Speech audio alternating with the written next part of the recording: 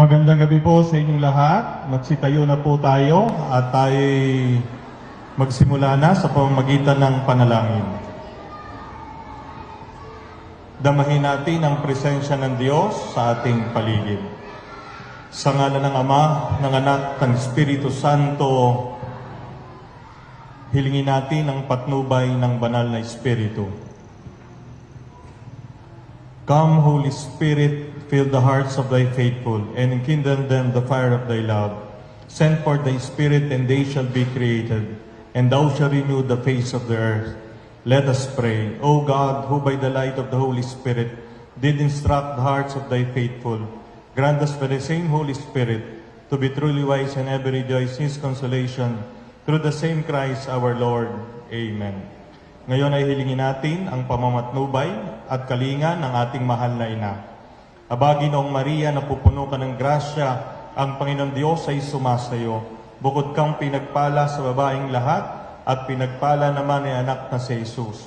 Santa Maria, Ina ng Diyos, ipanalangin mo kaming makasalanan, ngayon at kung kami mamatay. Amen. Hilingin natin ang pagtatanggol sa atin ni San Miguel Arcangel laban sa mga demonyo. San Miguel Arcangel, ipagtanggol mo kami sa labanan. Maging bantay ka nawa namin sa kalupitan at sa mga silo ng demonyo. Sugpoy nawa siya ng Diyos na ipinagmamakaawa namin sa iyo.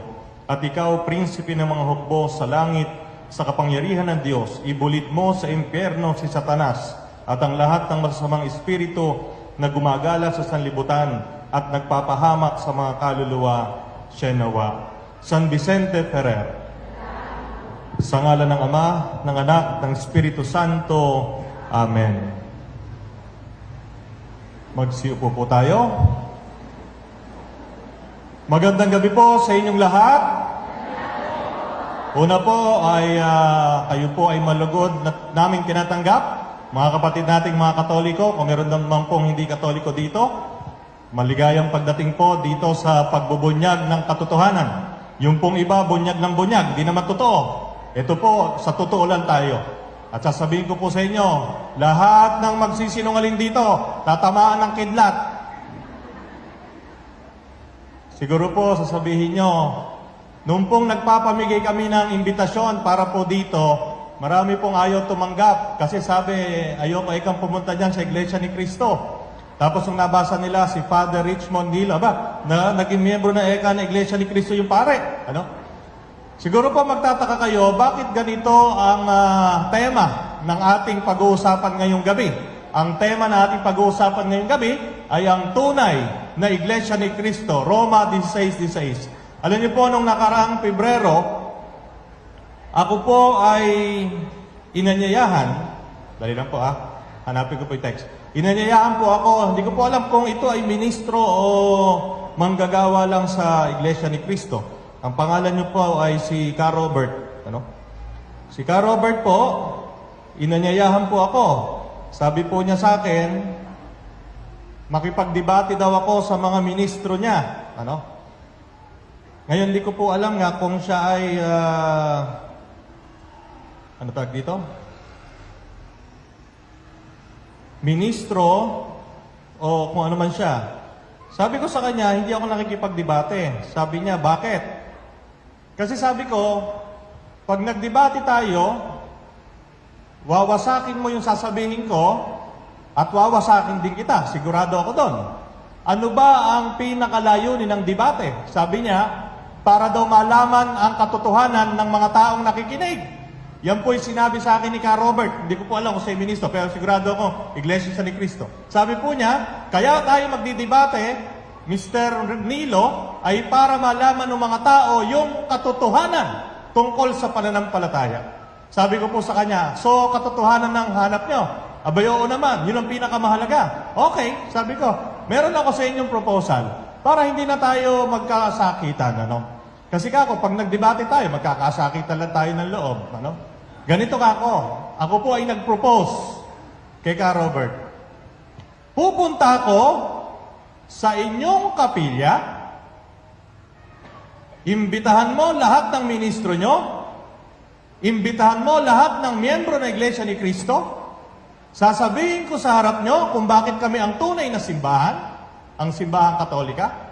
At pagkatapos ko magsalita, lahat ng gustong magtanong, tanungin ako. At pagkatapos nun, ikaw naman kako, papupuntahin kita sa aming simbahan, dyan sa San Vicente Ferrer Parish, magsasalita ka sa harap ng kahit kako, 1,000 Katoliko, papupuntahin ko. Total naman kako, kayo, mga Iglesia ni Cristo, hinahakot yung mga Katoliko sa kapilya nyo para hindi na kayo mahirapan. Pumunta yung pinakamahusay na ministro nyo sa simbahan namin at magpahayag kung ba't kayo ang tunay na simbahan. Okay ba kako yun? Sabi po ni Ka Robert, bay maganda yan. Ano? Kasi kako, katotohanan ng hanap natin, di ba? Ang alam niyo po ang ginawa ko, nung sinabi niyang maganda yan, nagpaalam po ako sa obispo. Sabi ko, Bishop, iimbitahan ko yung ministro ng Iglesia ni Cristo magsasalita sa loob ng simbahan. Sabi po ng obispo, sige. Ano? Alam niyo po, hindi pumayag. Hindi pumayag kasi daw bawal sa Iglesia ni Cristo na may magsalita sa loob ng kanilang kapilya na hindi ministro. Ngayon, sabi ko nga sa kanya, kung katotohanan ang nais natin, dapat imbitahin niyo ako dyan at ako ay pupunta. Pero kung talagang katotohanan ang hanap nyo, itrompa niyo yung sinasabi nyo sa mga tao. Ano? At ngayong gabing ito ang pag-uusapan natin. Ang tunay na Iglesia ni Cristo. Pero mga kapatid, bago natin pag-usapan yan, kung mapapansin nyo, ang dami-dami ng miyembro ng Iglesia ni Cristo. At madalas doon, ang mga miyembro niyan, mga Katoliko. Mga Katolikong mababaw ang pangunawa sa ating pananampalataya. Pero bago tayo pumunta dyan, ang tanong natin ngayon ay, bakit ba paniwalang-paniwala ang mga miyembro ng Iglesia ni Cristo kay Felix Manalo, kay Iranio Manalo, at ngayon kay Eduardo Manalo? Tinanong ko po yung aking tiyahin. Meron pong tiyahin, kapatid ng tatay ko, lahat sila Iglesia ni Cristo. Sabi ko, bakit baka ako paniwala kayo dyan sa mga Manalo? Alam niyo po sabi sa akin, ba't hindi kami maniniwala, yan ang sugo. Ano? Yan ang sugo sa huling panahon. Yan ang anghel na itinalaga ng Diyos para ibangon na muli ang tunay na Iglesia ni Cristo. Sa mga kapatid, lahat po ng miyembro na Iglesia ni Cristo, mga ministro, naniniwala na si Felix Manalo ang sugo. Ano? Kaya nga, bago natin himay-himayin ang banal na kasulatan, meron muna tayong dapat malaman. Ano yon? Ito, ang tamang paraan ng pagsusuri at pagpapaliwanag ng banal na kasulatan base sa pamantayang inilahad ng mga dalubhasa sa banal na kasulatan sa buong mundo. Bakit po kailangan yan? Alam niyo mga kapatid, ang Bible, yan ay salita ng Diyos. Lahat ng pastor, ministro, pare, lahat ng nagtatayo ng sekta, naniniwala, yan ay salita ng Diyos. Hindi natin yan tinututulan at hindi natin yan sinasalungat. Pero, kahit yan ay salita ng Diyos, hindi mo pwedeng tratuhin yan na parang kang bumabasa ng social studies na libro. Hindi mo pwedeng tratuhin yan na parang kang nagbabasa ng mathbook o kaya ng teleserye o telenovela. Itong aklat na ito, kahit yan ay salita ng Diyos, kapag hindi mo pinag-aralang mabuti, mapupunta ka sa impyerno. At marami ng taong napunta sa impyerno dahil sa maling pagpapaliwanag ng salita ng Diyos. Pag po sinabi kong mga dalubhasa, sino ba yon? Ayan. O yung mga Katoliko at hindi Katoliko, kung hindi nyo po kilala yung mga taong nakasulat ang pangalan dyan, hindi po yan mga Katoliko lahat. Iba-iba po yan. May Katoliko, may Anglican, may Protestante, pero lahat ng yan kilala sa buong mundo bilang mahusay at dalubhasa sa banal na kasulatan. O, yung mga, lalo na mga Iglesia ni Cristo dito, baka hindi nyo kilala to. Baka kilala nyo lang ng mga tagapagpaliwanag ng salita ng Diyos yung mga ministro nyo. Tanungin nyo yung mga ministro nyo, sino po makamo itong mga tao na to? Picturean nyo kung gusto nyo pa. Itong mga tao na to, ang sinasabi kong mga dalubhasa, hindi ako, ito. Okay, next slide. Kapag binasa mo ang banal na kasulatan, tatlong katanungan ang dapat mo munang sagutin. Dahil sa loob ng Biblia, marami aklat yan. Mula Genesis hanggang Apokalipsis o Pahayag, mayroong 73 aklat na pinagsama-sama para maging banal na kasulatan o tinatawag na Biblia.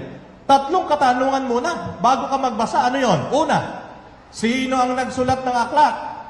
Halimbawa, ang sulat San Pablo Apostol sa mga taga-Roma, si San Pablo ang nagsulat niyan. Ano ang layunin ng nagsulat ng aklat? Pangatlo, ano ang sitwasyon ng lipunan nung panahon na yon na isinusulat yung aklat? Tanong, yung mga iglesia ni Cristo naririto, sinasabi ba sa inyo ng ministro niyo yan?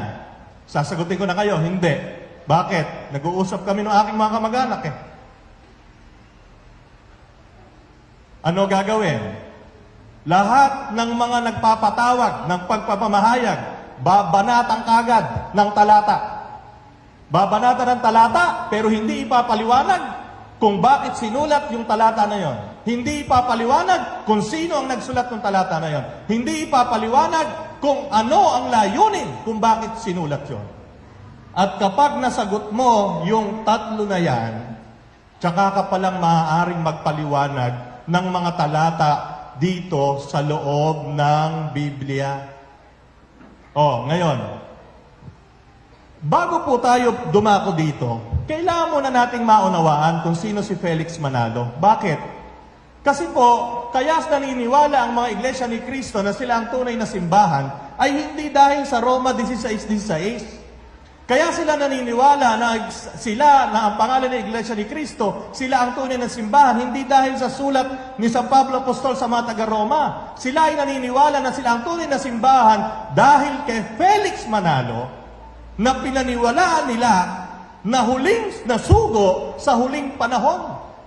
Na si Felix Manalo daw ang anghel na isinugo ng Diyos para itayong muli ang Iglesia ni Cristo na tumalikod nung namatay ang huling apostol.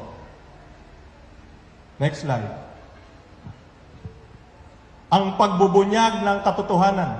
2 ang ating sasagutin. Una, si Felix Manalo ba ang anghel na tinutukoy sa Apokalipsis 7:2? Yan po ang basihan nila. Ewan ko kung naka-attend na kayo ng pamamahayag. Sigurado ito ang sasabihin, yung mga iglesia ni Cristo naririto. Di ba? Ito ang basihan nyo kung bakit si Felix Manalo ang anghel na sugo. Apokalipsis 7, 1 hanggang 3, pero particularly 7:2. Yung po Apokalipsis, ang isa pang pangalan niyan, Pahayag. Meron pong Biblia, tinatawag yan ang pagbubunyag. Pero sa lumang Tagalog, Apokalipsis ang tawag. Okay. Yan yung una nating ibubunyag. Si Felix Manalo ba ang anghel na tinutukoy sa Apokalipsis? Napakalaga po niyan. Kasi pag nakita natin kung sino ang tinutukoy dyan, wala nang kwenta yung INC 1914. Dahil malalaman nyo na kung sino talaga ang tinutukoy sa Roma 16:16.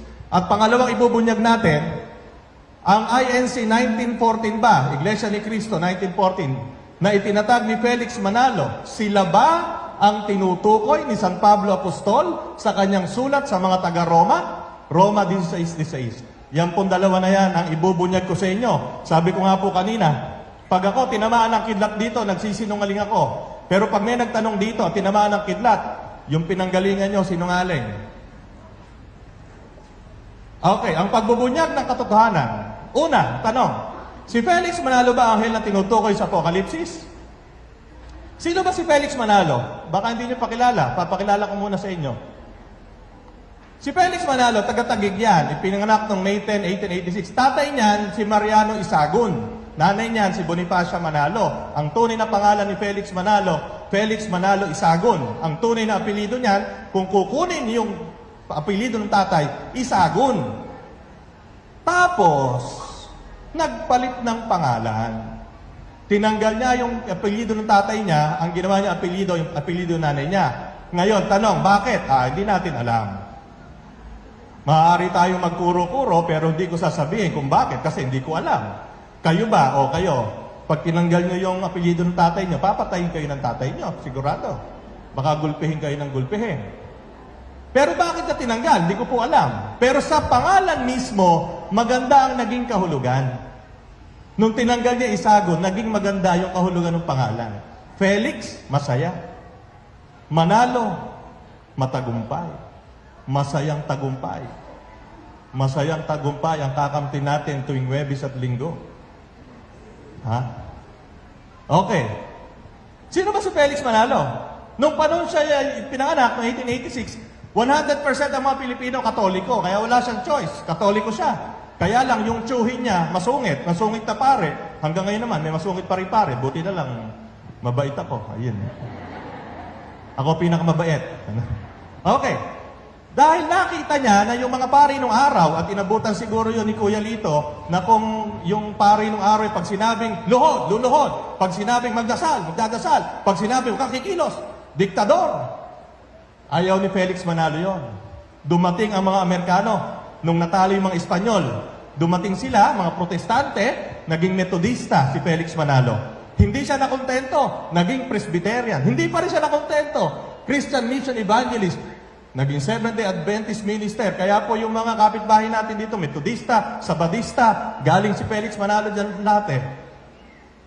At pagkatapos niyang maging Seventh-day Adventist, litong-lito siya, nawalan siya ng pananampalataya sa Diyos. Sino po nagsabi nun? Hindi po ako. Siya mismo nagsabi. Ano? Saan matatagpuan yun? Baka nakapagtabi kayo ng Philippine Free Press. February 11, 1950. Sino ba nagbabasa ng Free Press ito noong 1950? Ayan, meron pang pahina, page 2. Baka naman sabihin niyo, iniimbento ko lang na nawalan siya ng pananampalataya. Okay. Ayan po, page 2. Next slide. Ngayon, nakita na natin kung sino si Felix Manalo sa maiksing pagpapahayag. Siya ba ang anghel na tinutukoy sa Apokalipsis o pahayag? 7:2. Okay. Basahin natin Apokalipsis. Apokalipsis 7:1. Pagkatapos nito, may nakita kong 4 na anghel na nakatayo sa 4 na sulok ng daigdig. Pinipigil nila ang 4 na hangin upang huwag umihit sa lupa, sa dagat o sa alinmang punong kahoy. At nakita kong umaakyat sa gawing silangan ang isa pang anghel. Taglay ang pangtatak ng Diyos na buhay. Sumigaw siya sa 4 na anghel na binigyan ng kapangyarihang maminsala sa lupa at sa dagat. Huwag muna niyong pinsalain ang lupa, ang dagat o mga punong kahoy, hanggat hindi pa namin nalalagyan ng tatak sa noo ang mga lingkod ng ating Diyos. Naunawaan niyo ba yung Apokalipsis? Hindi niyo maunawaan yan. Bakit? Sa lahat ng libro, sa bagong tipan, ang Apokalipsis ang mahirap unawain. At si Felix Manalo, tuso. Tuso si Felix Manalo. Bakit tuso? Ang kinuha niyang talata sa bagong tipan ay yung talata at kapitulo na galing sa isang aklat na mahirap ipaliwanag. Ang aklat ng Apokalipsis. At dyan sa aklat na yan, kinuha niya ang kanyang karapatan na magpaliwanag at magpahayag ng salita ng Diyos.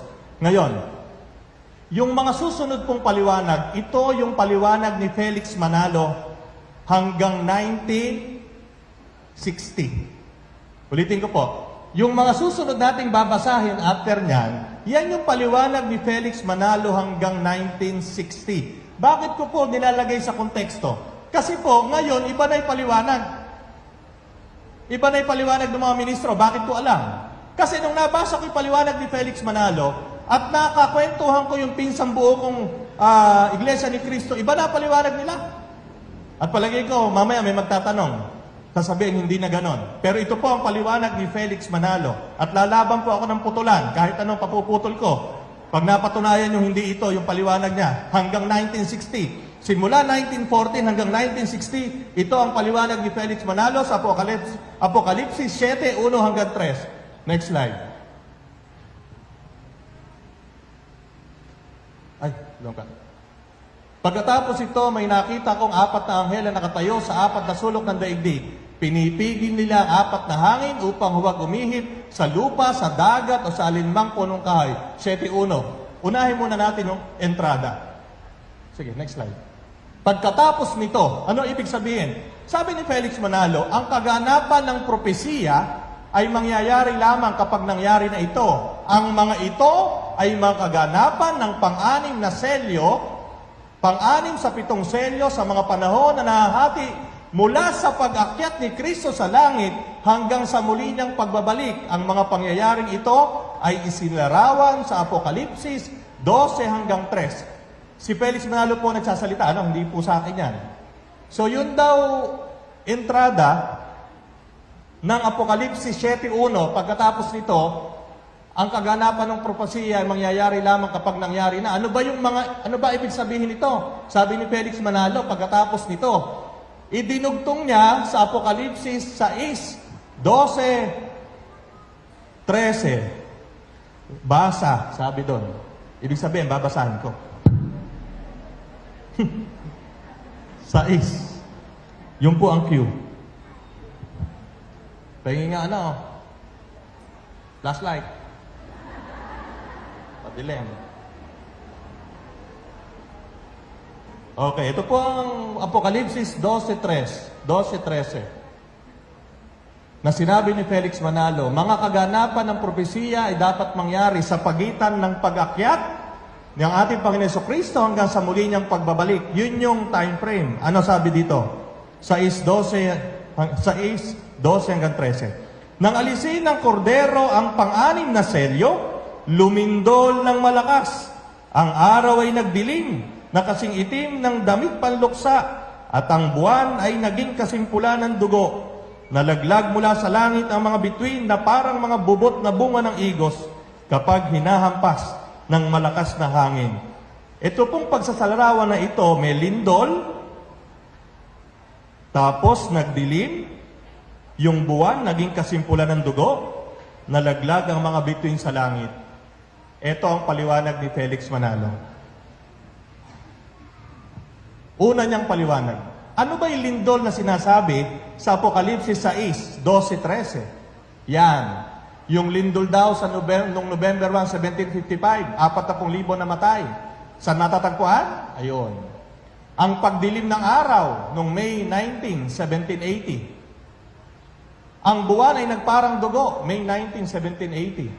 Ang pagbagsak ng mga bulalakaw, mga falling stars, na nakita sa North America, Mexico at isla ng Jamaica noong November 13, 1833. So, balik tayo. So, nakita nyo po, yan yung mga paliwanag ni Felix Manalo na magaganap para maisaktuparan yung Apokalipsis 7.1. Next. Sumunod doon, may nakita akong 4 na anghel na nakatayo sa 4 na sulok ng daigdig. Pinipigil nila ang 4 na hangin upang huwag umihip sa lupa o sa dagat o sa alinmang punong kahoy. Ano ang paliwanag ni Felix dyan? Okay. Yung hangin daw, yung digmaan. Si Felix ang nagpapaliwanag, hindi ako. Yung 4 na hangin, 4 na sulok ng daigdig kung saan nagsimula ang digmaan. At yung daw digmaan na yon ay yung World War I na nagsimula noong 1914 hanggang 1918. Okay. 4 na anghel. Ito ang paliwanag ni Felix Manalo. Yung 4 na anghel daw na nasa Apokalipsis 7, 1 hanggang 3, ito yon yung 4 na tao daw. Sino yung mga tao na yan? Si Lloyd George, Prime Minister ng United Kingdom, si Clemenceau, President ng France, si Orlando, Premier ng Italy, at si Woodrow Wilson, Presidente ng USA. Yan yung mga binabanggit na paliwanag ni Felix Manalo nung panahon na yon ng 1914. Okay, next. 4 na anghel, pinipigil ang 4 na hangin. Sabi ni Felix Manalo, yung 4 na taong nabanggit, sila ang gumawa ng Treaty of Peace para matapos ang digmaan. Kasi nga, di ba, yung hangin para kay Felix digmaan. Yung 4 na hangin, 4 na sulok ng daigdig, kung saan nagmula ang digmaan, sabi ni Felix. At yung 4 na tao na yon, yung Prime Minister ng United Kingdom, Presidente ng France, Premier ng Italy, Presidente ng USA, noong 1918, sila yung gumawa ng Treaty of Peace para matapos ang digmaan. Yun ang paliwanag ni Felix. Next. Ito na ang pamatay. 7:2. At nakita kong umaakyat sa gawing silangan ang isa pang anghel taglay ang pantatak ng Diyos na buhay. Sumigaw siya sa 4 na anghel na binigyan ng kapangyarihang maminsala sa lupa at sa dagat. Isa pang anghel. So may 4 na anghel, di ba? Hawak-hawak yung mga hangin, pinipigil. Meron pang dumating, isa pang anghel. Ano ba yung anghel na yon? Sabi ni Felix, yung anghel daw na yon ay isang sugo na binigyan ng gawain para maging lingkod ng Diyos. At yan ay kanya pang pinatibay sa pagbasa niya ng Apokalipsis 1:16, 1:16, 2:1 at Daniel 12:3. Itong isa pang anghel na ito ay hindi espiritual, sabi ni Felix Manalo. Hindi ito espiritual na anghel na nasa isip natin. Ang anghel na ito ay tao na isinugo para ipahayag ang salita ng Diyos. Yan ang sinasabi ni Felix Manalo nung nangangaral siya. Okay. Taglay ang pangtatak ng Diyos. So yung isang anghel bumaba, taglay ang pangtatak ng Diyos. Sabi ni Felix Manalo, ang ibig sabihin ng taglay ang pangtatak ng Diyos, ang pangtatak ng Diyos ay ang mga turo at aral ng sugo. No? Yun ang sabi ni Felix Manalo. Okay, next. Ang isa pang anghel na taglay ang pantatak ng Diyos ay ang ministro na isinugo ng Diyos upang ipangaral ang tunay na ebanghelyo. At ang ministro na yon ay si Felix Manalo na nagsimulang mangaral noong 1914 sa pasimula rin ng unang digmaang pangdaigdig at nagtatag na muli na Iglesia ni Cristo na sinira at winasak ng Iglesia Katolika Apostolika Romana. Pasugo, July 1953, page 36 to 40. Sino po dito ang college na noong 1953? Sinabi po yan. Si Felix Manalo po nagsabi niyan. Siya ang sugo. O yan. At siya ang nagtatag. O, next. Ito pa. Umaakyat sa gawing silangan. Yung anghel, umaakyat sa gawing silangan. Sabi ni Felix Manalo, yan daw, ibig sabihin niyan, lugar kung saan manggagaling ang sugo. Silangan. Ibig sabihin daw ng silangan kung saan tumatama ang unang sikat ng araw. Tanong, anong bansa ba yon? O, eto. Eto sabi ni Felix Manalo sa Ingles. Kung gusto nyo pong i-check, hindi ko po, eto po, i-check nyo. Kung meron, Kuya Lito, baka meron ka pa nito. New International Encyclopedia, Volume 18. 1950 plus. Sabi ni Felix Manalo sa Ingles, siya po nagsasalita niya na, kino-quote ko siya, if we answer the question ourselves, it is possible that you will not believe us. Here is what New International Encyclopedia says. Which country in the East is the first to be struck by the rays of the sun? Question mark.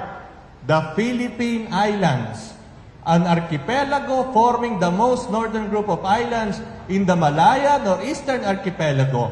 It lies within the wholly within the tropics. New International. Yan. Sabi ni Felix Manalo, o teka ha, hindi ako magsasabi sa inyo na Pilipinas ang tinutukoy sa Apokalipsis 7, 1 hanggang 3. Babasahin ko sa inyo, eka, ni Felix. O ayan, sinabi mismo na encyclopedia. Ay, teka, balik. Which country in the East is the first to be struck by the rays of the sun? The Philippine Islands. So, yan, eka. Hindi ako nagsabi. Sabi ni Felix. Yan, sinabi ng encyclopedia. Geography. Ang unang tinatamaan ng sikat ng araw, Pilipinas. Sa makatuwid, ang silangan sa propesiya ay ang Pilipinas. Sabi ni Felix Manalo. Okay. Next. Tanong, pero totoo ba ang paliwanag ni Felix Manalo sa Apokalipsis 7, 1 hanggang 3? O yun, SF, mga kapatid. Totoo ba? Lahat po ng nakadalo dito ng pahayag na ito ang topic, nag-isip ba kayo? Totoo kaya sinabi niya? Saan ba niya hinugot yun? Sige nga, tingnan natin. Una, dalawa ang gagamitin natin dito mga kapatid. Sabi kasi nung kaibigan kong diakono, si Israel Ocampo, tiga Haen, magtotalk daw ako ngayon, puro daw opinion ko lang sasabihin ko. Dalawang gagamitin nating pamamaraan para mas masaya. Una, common sense. Mamaya, yung Bible. Okay, may Bible to. Common sense muna. Yung common sense, hindi po napag-aaralan yan. At hindi rin po na ituturo ng mga magulang yan. Kung marami kang na nainom ng bata, mas mataas ang common sense mo kaysa sa uminom ka ng agiw sa dapog. Okay. Gamitin natin ang common sense. Oh, eto. Pagkatapos nito, ayan ha, oh yan. Ang kaganapan ng propesiya ay mangyayari lamang kapag ito ay etc. etc. Babasahin ko po ulit sa inyo. Okay, next. Alam nyo na yan. Nagbigay si Felix Manalo ng mga pangyayari sa kasaysayan ng mundo na mayroong lugar na pinangyarihan at mga petsa ng pangyayari. Di ba? Sabi sa Apokalipsis 6, 12 hanggang 13, lumindol. Yung buwan umitim, nagdilim, yung buwan naging kulay pula, yung araw dumilim, yung mga bituin nagkalaglagan. Yun ang sinabi niya. Eto, tingnan natin. Sabi niya, lindol sa Lisbon, ang kanyang example. Tanong, next. Ang lindol sa Lisbon, ang sinabi ni Manalo, nakaganapan ng Apokalipsis 6:12. Pero kung titingnan mo sa kasaysayan ng mundo, may mas malalaking lindol pang nangyari maliban sa Lisbon. Kasi ang kontesyon ni Felix Manalo, simula nung umakyat sa langit si Kristo, hanggang sa kanyang muling pagbabalik, second coming, may mga mangyayaring mga kaganapan sa mundo. At yon ay nakapaloob sa Apokalipsis 6:12 hanggang 13. Ito ang sinabi niya example na lindol. Ngayon ang tanong doon, ang dami pang malalakas na lindol. Sa Manila, 1880, 1937, lakas niyan. Tokyo, Yokohama, 1923. San Francisco, 1906, nabiyak ang lupa dyan. Tanong, bakit yung Lisbon ang kanyang pinili? Ano? Ang usapan, yung pangyayari sa pagitan nung panahon na umakyat si Kristo sa langit at panahon ng kanyang muling pagdating. Ano na ngayon? 2017, di pa dumadating si Kristo. Yun ang isipin natin. Isip-isip. Next. Ang pagbagsak ng mga bulalakaw na nakita sa North America, pagbagsak ng falling stars. Yan. November 13, 1833. May problema dyan. Bakit? Sige, next slide. Ang pagbagsak ng mga shooting stars na sinasabi ni Felix Manalo, hindi mahalaga yung date na yon na nakita sa Jamaica at North America. Bakit? Kasi every 30 years, yung mga shooting stars bumabagsak ng maramihan. Tuwing 30 taon, yung sinasabing pagbagsak ng mga bituin na binabanggit sa Apokalipsis 6, 12, 13 ay patungkol sa pangalawang pagbabalik ng ating Panginoon. Ibig sabihin, pag nagbagsakan ng mga bituin na yan, tatabunan tayo ng mga bituin. Bakit ko alam? Ayan, babasahin natin. Basa, eka. Basahin natin. Ano ba sabi? Mateo 24, 29 hanggang 30. Sige, tingnan natin. Ilaw. Magkaroon ng liwanag. At nagkaroon ng liwanag. Ano yan? Mateo, yung mga kapatid natin dito, ilista nyo na. Kung gusto nyo magtanong mamaya. 29 hanggang 30. Pagkatapos ng kapighatian sa mga araw na iyon, magdidilim ang araw, hindi magliliwanag ang buwan, malalaglag mula sa langit ang mga bituin, mayayanig ang mga pangyarihan sa kalangitan. Pagkatapos, lilitaw sa langit ang tanda ng anak ng tao at mananangis ang lahat ng mga bansa sa daigdig. Makikita nila anak ng tao na nasa alapap at dumarating ng may dakilang kapangyarihan at kadakilaan. Second coming, ang pagdating ng ating Panginoon. Basahin natin, Marcos 13, 24, 27.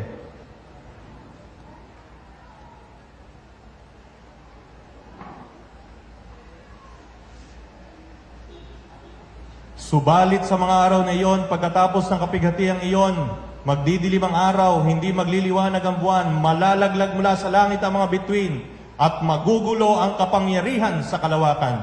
Pagkatapos, makikita nila anak ng tao na nasa ulap, may dakilang kapangyarihan at karangalan. Kapag binasa niyo po yan, yung sinasabi sa Apokalipsis 6, 12 hanggang 13, ay hindi yung sinabi ni Manalo na nasaksihan ang pagbagsak ng bulalakaw sa North America, sa Jamaica, sapagkat ang pagbagsak ng mga bituin na sinasabi diyan ay yung pangalawang pagbabalik at paghuhukom ng ating Panginoon. Next. Kung itutuloy ni Manalo ang pagbasa sa Apokalipsis 6, 12, 13 hanggang 14, 17, patay na siya. Patay si Felix Manalo, pero hindi niya tinuloy. O yung mga kapatid natin, Iglesia ni Cristo dito, di ba? Natapos lang si Felix Manalo sa 6, 12, 13, pero hindi niya babasahin yung 14 hanggang 17. Bakit? Ano nakapaloob doon? Basa. Babasa pala ako. Dito ba? Babasa. Wala pala doon. O, basa ulit. Yung kasi ang cue, pag may basa, dito kukunin. O, liwanag. Mabuhay tayo sa liwanag. Ano ba yon? 6, 12. Okay. 14 na. Ito po ang kasunod ng 12-13. Matapos malaglag yung mga bituin, sabi sa 14 hanggang 17, naglaho ang langit na parang kasulatang inirolyo at nawala sa kanilang dating kinalalagyan ang mga bundok at mga isla. Nagtago sa mga yungin na bato ang mga hari sa lupa, ang mga gobernador, mga pinuno na hukbo, mayayaman, makapangyarihan at lahat ng tao, alipin man o malaya. At sinabi nila sa mga bundok at sa mga bato, tabunan ninyo kami at ikubli nyo kami sa mukha ng nakaupo sa trono at sa puot ng kordero, sapagkat dumating na ang kakilakilabot na araw ng pagbubuhos ng kanilang puot at sino ang makakatagal sa harap nito. Napakinggan niyo po ba? Kung idiniretso ni Manalo yung kanyang paliwanag, pagkatapos niyang basahin yung naganap na lindol, pagdidilim, pagbagsak ng mga bituin, kung diniretso na yon, lalo silang mapipiste. Bakit? Sapagkat kapag binasa mo ang 14, 17, hindi ko alam kung saan siya kukuha ng mga pangyayari dito sa lupa na nagganap na kung saan nangapiste ang lahat ng tao at tinabunan ng bundok. Oh. Chop-chop kasi. Chop-chop boy si Manalo. Chop-chop. Okay. Next. Ito po yun. Naglaho ang langit na parang kasulatang inirolyo at nawala sa dati nilang kilalagay ang mga bundok. Next. Nagtago sa mga yungib ang lahat ng tao. Next. Sinabi nila sa mga bundok, tabunan nyo kami, kubli nyo kami. Ba't sila nagpapatabon? Kasi darating na ang kordero. Bakit? Ano mangyayari? Next. Pagbubuhos ng puot at sino ang makakatagal sa harap nito? Second coming. Ano? Second coming yan. Okay, next. Ipinapakita ng mga talatang ito na wala sa konteksto si Manalo sa pagpapaliwanag niya ng Apokalipsis 6, 12, 13. At mali ang pagpapaliwanag niya ng Apokalipsis 6, 12, 13 sa kabuuan ng Apokalipsis 6, 12 hanggang 17. Out of context si Manalo. Ang ipinapaliwanag lang niya sa mga miyembro niya at sa mga naloloko niya yung gusto niyang paliwanag. Ano? Ngayon, alam niyo po yung mga kaibigan ng Iglesia ni Cristo, palagi sinasabi, maging mapanuri kayo mga Katoliko. Sa totoo lang po, sila naman ang di nagiging mapanuri. Oh, next. 4 na hangin. Sabi ni Manalo, ito raw ay sumisimbolo sa World War I na dulot ng pagkawasak sa tao. Paano naman yung World War II na mas matindi ang pagkawasak na nagawa nito sa mundo? Ano? Bakit? Ang hirap kasi, nung pinapaliwanag ito ni Manalo, wala pang World War II. Akala niya, yung World War I ang pinakamatinding gyera na mangyayari sa balat ng lupa. Abay, kung tutuusin mo, milyon-milyon ang namatay na mas marami kaysa World War I. Pero ito sabihin ko sa inyo, nagkaroon na ng World War II. Patay ngayon si Manalo kasi sabi niya World War I May paliwanag na sila dyan. Nakakuha na sila ng talata sa Biblia para i-justify si Felix Manalo. Naisip na nung anak kung ano ang paliwanag dyan. At hindi ko sasabihin sa inyo kasi kung may Iglesia ni Cristo dito, magtatanong sigurado yan. Dahil may paliwanag na sila dyan. Kaya sinasabi ko sa inyo, ang pinapaliwanag ko sa inyo, ipaliwanag ni Felix Manalo hanggang 1960. Panlilin lang na naman. Bakit? Wala naman talaga nakakaalam eh. Malay mo, magkaroon pang World War III. At yung World War III, tumapos sa lahat. O di yung World War III sinasabi, sa Apokalipsis, hindi yung World War I ni Felix Manalo. O next. 4 na anghel. Sabi ni Felix Manalo, si Lloyd George ng United Kingdom, si Clemenceau ng France, si Orlando ng Italy, at si Woodrow Wilson. 4 na anghel, ha? Anghel daw. Paano magiging anghel si Clemenceau? Wala namang relihiyon yan. Hindi nga binyagan yan eh. Kapag sinabi kong hindi binyagan, hindi katoliko, hindi protestante, hindi kahit ano, walang relihiyon. Si Clemenceau, presidente ng France. Si Orlando, premier ng Italy.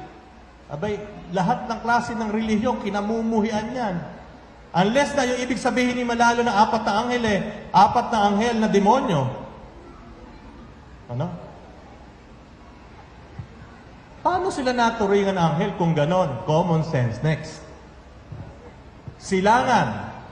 Sabi ni Manalo, yung silangan ay Pilipinas. Pinatunayan ito dahil sa sinabi niya. Ulitin natin yung sinabi niya. Next. Ayan. Oh, mga kapatid. Tingnan niyong mabuti ha. Tingnan niyo yung mabuti ng pagkakasabi ni Manalo. Ito, lumabas sa kanya ito sa bibig niya. Meron akong patotoo dyan. Andito. Pag tinanong ako, meron ako ditong reference. Tingnan niyo mabuti ha. Kung paano niya sinabi. Which country in the east is the first to be struck by the rays of the sun? The Philippine Island. Next. Pero ito ba talaga ang nakasulat sa New International Encyclopedia? Next. Ito po ang nakasulat. Nakasulat sa encyclopedia, Philippine Islands, an archipelago forming the most northern, etc., etc. Ano kulang dyan? Yung tanong, di ba? Balikan mo. Balik doon. Yung tanong, which country in the east is the first to be struck by the rays of the sun? Balik doon tayo sa ano. Pag binasa nyo sa encyclopedia na yan, walang tanong yon. Ano ginawa? May tanong, idinikit, ito. O kung meron kayong ganito, sige, buksan nyo, walang tanong. May tanong, idinikit ni Manalo to para magmukhang galing yung tanong sa encyclopedia. Ano ibig sabihin nun? Next. Intentional misquotation. Saan ba makikita yan? Eto. Sumulat si Manalo sa pasugo niya. Buhay pa siya. 1947. Ang titulo ng article niya sa pasugo, yung pasugo po, dalawa lang ang pinaniniwalaan ng mga Iglesia ni Cristo, yung Biblia at yung pasugo. Ang title ng kanyang sinulat na artikulo, ang sulo na ikatitiyak na Iglesia Katolika. Ayan. Intentional misquotation, ginamit bilang ebidensya para sabihin na ang Pilipinas ang tinutukoy sa Apokalipsis 7:2 na yung anghel na galing sa silangan sa Pilipinas, siya yun, eka. Matatagpuan ng panlililang na yan. Ayan, picturean nyo. Next. Pilipinas bilang silangan. Taliwas po yan sa sinasabi ng Biblia eh. Bakit? Sa Mateo 2:1-2, ang mga haring mago nakalagay dito. Basahin nga natin. Mateo 2, parang alam nyo, nakakatuwa itong si Felix Manalo eh. Ilaw nga, ilaw. Babasahin ko po sa inyo. Si Mateo 2:1-2. Panahon ng paghahari ni Herodes sa Judea, nang ipinanak si Jesus sa Bethlehem, may mga pantas mula sa silangan na dumating sa Jerusalem. Nagtatanong-tanong sila, nasaan ang pinanganak na hari ng mga Hudyo? May mga pantas. Yung iba, pantas ang tawag. Yung iba, mago, haring mago. Galing sa silangan. Oh, yan. Kung tama si Manalo sa kanyang interpretasyon sa Apokalipsis 7:2, ang mga haring mago taga Pilipinas, baka meron kamag-anak dito yung mga haring mago.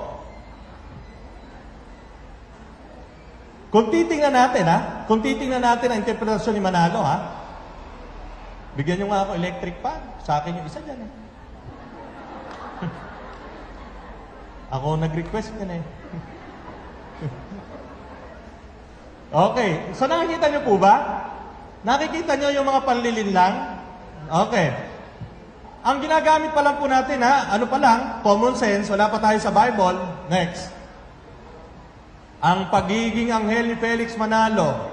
Apokalipsis 7:2, si Felix Manalo daw ito. Ang pagiging anghel ni Manalo ay pagiging sugo. Tingnan nga natin sa Biblia kung sino-sino ang mga tinawag na sugo. Si San Juan Bautista sa Mateo 11:10, tinawag na sugo.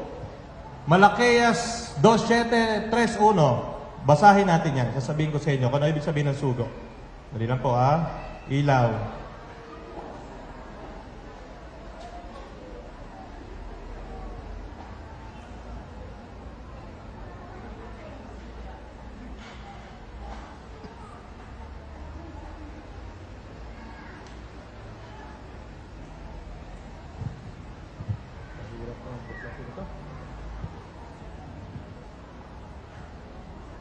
Malakias 2:7.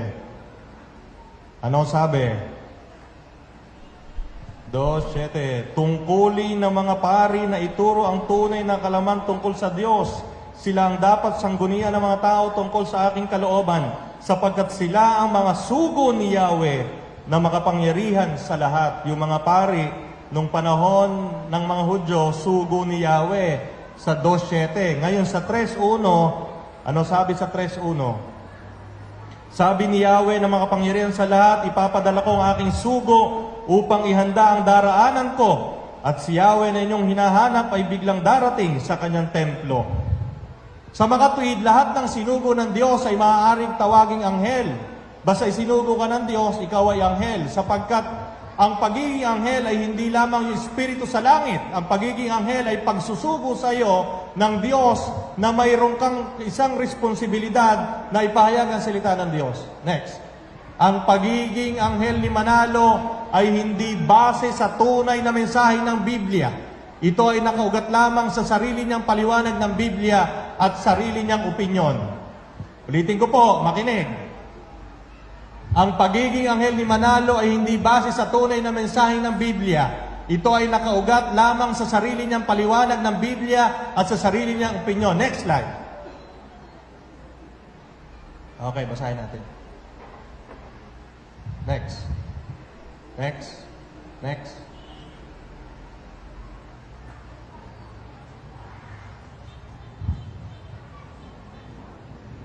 Yan na ba yan?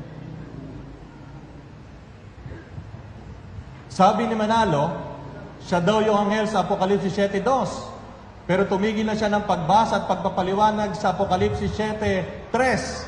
Ano po ba yung Apokalipsis 7:4? Kasi po si Manalo, Felix Manalo, nakapokus siya sa 7:1-3, pero hindi niya babasahin yung 7:4. Bakit? Ano ba yung 7:4? Tingnan nga natin, Apokalipsis 7:4.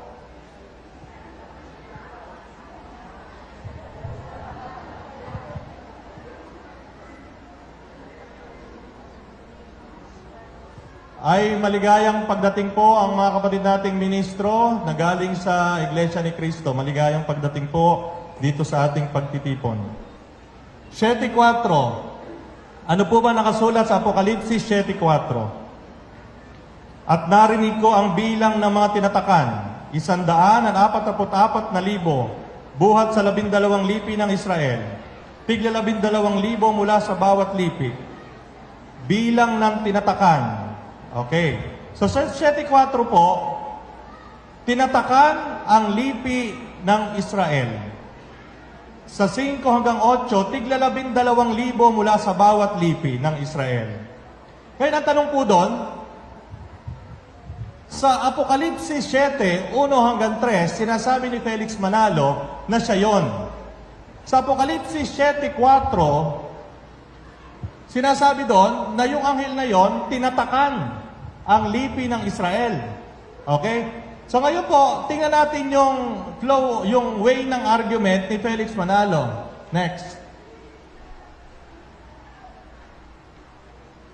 Gusto ko pong basahin sa inyo yung unang kopya ng Article of Incorporation noong 1914 na isinumite ni Felix Manalo sa SEC. At dito po makikita na noong 1914, wala siyang balak ipahayag ang Ebanghelyo sa labas ng Pilipinas. Okay. Babasahin ko po sa inyo. Ito po ay nakasulat sa salitang Espanyol. Kaya po pinatranslate ko. Ano? Sandali lang po ha. Hindi po ako masyadong mahusay mag-Espanyol eh. Okay.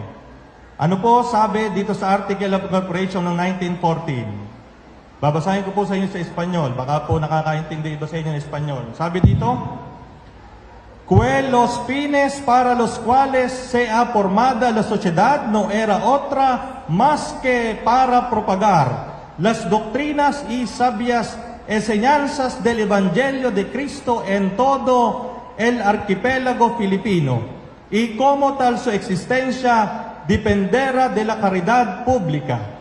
Sa English po, ang sabi po nung nag-translate, doon po sa Article of Incorporation ng 1914 ni Felix Manalo, that the ends for which it has formed the society was no other than to propagate the doctrines and the teachings you did not know from the gospel of Christ in all the Philippine archipelago, and as such, its existence will depend from the public charity. Nung pong isinitinayo ni Felix Manalo ang Iglesia ni Cristo noong 1914 at isinumiti niya ang Article of Incorporation, ang nasa isip lang po niya at nung miyembro nung Board of Trustees, ipopropagate lang daw yung gospel ni Jesus Christ na hindi nyo pa nalalaman dito sa Pilipinas. Ano? Pero sa Apokalipsis 7:4, ang sabi doon, yung anghel tatatakan yung lipi ni Israel. Tanong, kailan sinabi ni Felix Manalo na ang Iglesia ni Cristo 1914, na itinatag niya noong 1914, ay magpapahayag ng salita ng Diyos, maliban sa Pilipinas, ilalabas sila? Noong 1948. Noong 1948, inamyendahan nila ang kanilang Article of Incorporation. Nag-meeting ang mga sanggunian o tinatawag ng Board of Trustees. Inamyendahan noong 1948. Ano sabi?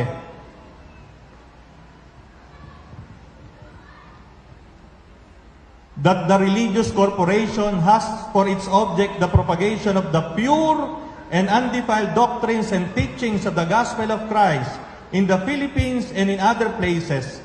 Ayon, nalagyan na. Undefiled doctrines and teachings of the gospel of Christ in the Philippines and in other places, which may be reached by her ministers and members to bring man to the service of God. Sinabi sa Apokalipsis 7:4,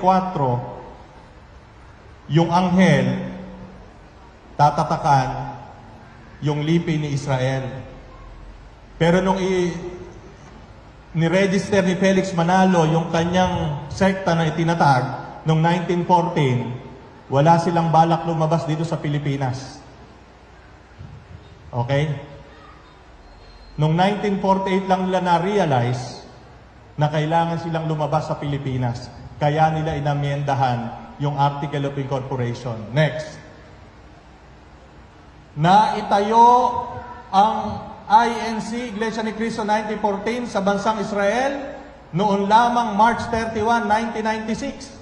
Samantalang ang sabi sa Apokalipsis 7:4, yung anghel tatatakan. Ibig sabihin, pag lumabas yung anghel na yon, dapat tatakan mo na. Unahin mo yung lipi na Israel. Ano? Hindi ko na po babasahin. Binasa ko na kanina 7:4, narinig nyo naman. Next. Sa Apokalipsis 7:1-3, ang apat na anghel ay mas naunang lumitaw kaysa sa isa pang anghel. Pero sa kasaysayan ng mundo, si Manalo ay nangangaral na noong 1914. Sinabi niya na siya yung anghel, di ba? Yung huling anghel na lumabas sa Apokalipsis 1:3. Pero sina George, Orlando at Clemenceau, ito si George ang Prime Minister ng United Kingdom, si Orlando ang Premier ng Italy, at si Clemenceau ang Presidente ng France. Naging pinuno lang yan ng bansa nila noong 1916. Sino ba naunang anghel na lumabas? Sabi ni Felix Manalo, yung 4 na anghel, di ba? Sino ba siya doon? Yung huling anghel. Di ba? Next. Dispalingado ang paliwanag ni Felix Manalo pagdating sa Biblia. Kung ang kanyang karapatang mangaral ay dahil siya ang anghel na sugo ng Diyos, dapat 1914 pa lamang, sinabi na niya na siya ang sugo. No? Kung talagang kumbinsido siya na siya ang tinutukoy sa Apokalipsis 7:1 hanggang 3, dapat 1914 pa lamang, nung nagsimula na siyang mangaral, dapat sinabi na niya, ako ang sugo. Kailan ba niya sinabing siya ang sugo? Next. Ang pagiging anghel ni Manalo at sugo ay inimbento niya para lukuhin at linlangin ang mga Katoliko na mababaw ang pagkakaunawa sa pananampalatayang Katoliko. Next. Itanong niyo sa akin, bakit, Father? Lakasan niyo, bakit, Father? Next. Sabihin ko sa inyo kung bakit. Sapagkat nung nag-umpisang mangaral si Manalo noong 1914, wala siyang binabanggit na siya ang anghel o sugo. Ano? Sa Apokalipsis 7 hanggang 3. O yung mga kapatid nating ministro na nandito, mamaya po sabihin niyo sa akin kung mali yung sinasabi ko, ha?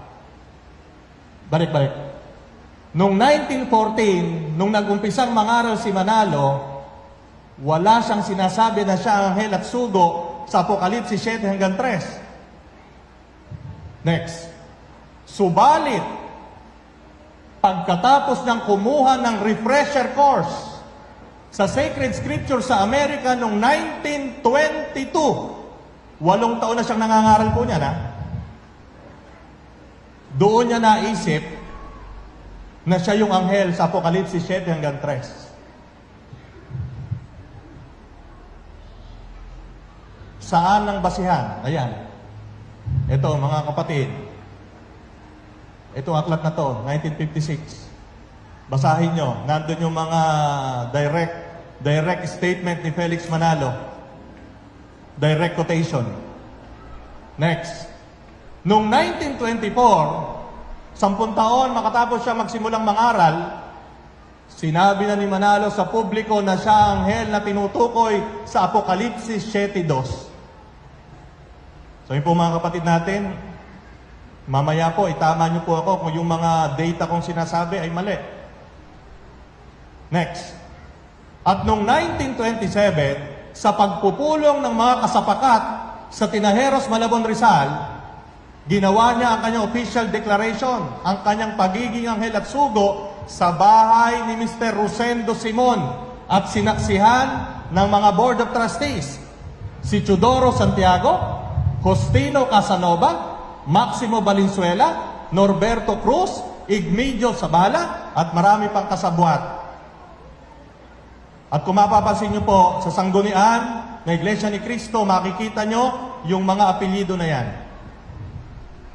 Next. Apokalipsis 7:2. At nakita kong umaakit sa gawing silangan ng isa pang anghel, taglayang pantatak ng Diyos na buhay. Sumigaw siya sa 4 na anghel na binigyan ng kapangyarihan maminsala sa lupa at sa dagat. Ibig bang sabihin nito, sinigawan ni Manalo si George, na Prime Minister ng Great Britain, si Orlando, si Clemenceau? Paano niya sila masisigawan? Nasa Pilipinas siya. Hindi rin naman sanay si Manalo ng French at Italian. Next. Masisigawan lamang ni Manalo bilang anghel ang 4 na anghel sa panaginip, sapagkat siya ay nabubuhay sa panaginip nung panahon na yon. Hinto po muna tayo. Yung pong sinabi ko sa inyo, ang una nating ginamit, common sense at factual data. Dumako po tayo ngayon sa banal na kasulatan. Pero ulitin ko po, ang pamantayan sa pagpapaliwanag ng banal na kasulatan ay dapat nakaugat sa pamantayan na sinang-ayunan ng mga dalubhasa sa banal na kasulatan ng buong mundo. Hindi lang po ng mga Katoliko, kundi lahat ng dalubhasa sa banal na kasulatan. Ano? Hindi lang opinyon ng tao. Gamitin naman natin ang banal na kasulatan. Next. Apokalipsis 6, 12 hanggang 17. 7, 1 hanggang 4. Dalawang pamamaraan ng pagpapaliwanag na tanggap ng lahat ng dalubhasa sa banal na kasulatan, maliban kay Felix Manalo at lahat ng kanyang mga kasapakat, noon magpahanggang ngayon. Bakit po sinasabing itong dalawang pamamaraan ng pagpapaliwanag tanggap ng lahat ng dalubhasa sa banal na kasulatan sa buong mundo? Kasi po alam niyo mga kapatid, ang pagpapaliwanag sa banal na kasulatan ay may pamantayan. At yung pamantayan na yan ay sinang-ayunan hindi lamang ng mga Katolikong dalubhasa sa banal na kasulatan, kundi kasama na rin ang mga Protestante, mga Anglikano, at lahat ng may karapatan sa banal na kasulatan. Maliban kay Felix Manalo at sa kanyang mga ministro. Bakit? Sapagkat sila Felix Manalo at ang mga ministro ng Iglesia ni Cristo may sariling pamamaraan ng paliwanag sa banal na kasulatan. Hindi ko po alam kung saan nila hinuhugot yung pamamaraan na yon ng kanilang pagpapaliwanag. Next. Balik. Okay. Ito po yung dalawang pamamaraan ng pagpapaliwanag ng Apokalipsis. Una, tinatawag na remote context. Sa Tagalog, sa panghinaharap na konteksto. Pangalawa, proximate context. Sa Tagalog, sa pangkasalukuyan na konteksto. Kapag sinabi ko pong panghinaharap at pangkasalukuyan, hindi po ito nakatuon sa atin ngayon at sa hinaharap. Ang ibig pong sabihin ng panghinaharap na konteksto at pangkasalukuyan na konteksto, ito po ay nakatuon sa aklat na ating susuriin at ipapaliwanag. Ano yon? Apokalipsis. 6, 12 hanggang 17, 7, 1 hanggang 4. Yan po, diyan po nakabase. Next. Panghinaharap na konteksto. Sa Apokalipsis, Kapitulo 6 at Kapitulo 7, ipinapakita ang pangitain ng 7 selyo na isa-isang binuksan ng kordero. Ang 7 selyo ay naglalaman ng mga dekreto na tanging anak ng Diyos at yun lamang pinagpahayagan ang maaaring makaunawa. Ang pagpapatupad ng mga dekretong ito ay mababasa sa Apokalipsis 8:2 hanggang 9:18. So yung 6:7 ng Apokalipsis, diyan nakapaloob yung mga selyo, mga selyo na 7 selyo na ang makapagbubukas lamang ay yung anak ng Diyos at kung sino man yung pinagpahayagan na maaaring makaunawa. Next. Kung titingnan nyo po, eto po. Kung babasahin nyo yan, ni Francis Gigot, General Principles of Biblical Interpretation. Hindi po sumusunod yung mga Iglesia ni Cristo dyan. Ang sinusunod ng mga Iglesia ni Cristo, yung mga ministro nila, ay kung ano lang yung ituturo sa taas. Kung ano lang yung pahayag ng sugo, yun lang ang kanila susundin. Bakit nga? Kasi nga, kumbinsido sila na si Felix Manalo at yung anak at yung apo, sugo yon. Sila yung nasa Apokalipsis 7, 1 hanggang 3. Sa makatwid, kung sugo yon, hindi maaaring magkamali sa pagpapaliwanag ng banal na kasulatan. Titingnan natin kung talagang siya ay sugo. Next. Pangkasalukuyang konteksto. Ang sumulat po ng Apokalipsis ay ang apostol na si San Juan Evangelista. Di po ba tatlo yung tanong Para maging maayos ang pagpapaliwanag mo ng banal na kasulatan, 3 tanong ang dapat mong sagutin. Una, sino ang sumulat? Pangalawa, ano ang layunin? Bakit niya sinulat yon? Pangatlo, ano ang sitwasyon nung panahon ay sinusulat niya ang aklat na yon? At kapag yon ang 3 tanong mo, hindi ka maliligaw. Pero kapag ang pamantayan mo lang ay yung personal na opinion ng pinuno mo, patay tayo dyan. Ngayon, ano ang pangkasalukuyang konteksto nung Apokalipsis? Ito ang pangkasalukuyang konteksto. Para aliwin ng inuusig na iglesia, sumulat si San Juan Evangelista ng kanyang pangitain patungkol sa pag-uusig na ginagawa sa iglesia nung panahon na yon at pinapayagan naman ng Diyos. Tanong, kailan ba sinulat ni San Juan Evangelista itong Apokalipsis? Bibigyan ko po kayo ng exact data.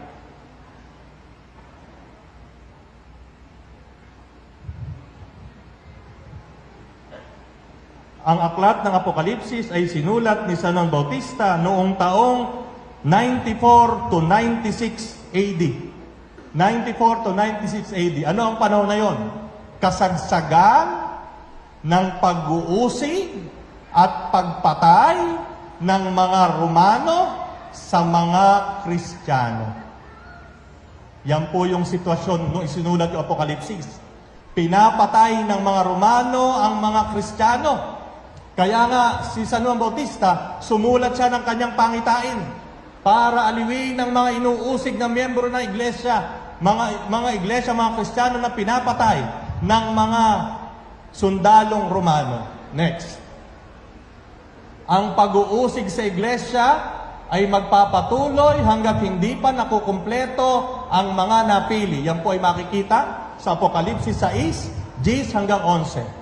Next. Dalawang grupo ng napili. Una, napili galing sa Israel, Apokalipsis 7, 4 hanggang 8. Yan po yung sinasabi ko kanina, na kung talagang si Felix Manalo ang sugo, abay dapat, nung ipinail niya, yung kanyang Article of Incorporation, nakalagay na doon, na hindi lang sa Pilipinas sila magpapahayag, kundi sa ibang bansa. Pero 1948 pa po niya binago yon. Ikalawa, napili galing sa mga hintil. Apokalipsis 7, 9 hanggang 10. Apokalipsis 7:2. Ang anghel ay isinugo para tatakan ang mga napili sa Israel. Ito po yung entrada na Apokalipsis 7:1. Pagkatapos nito, may nakita ako.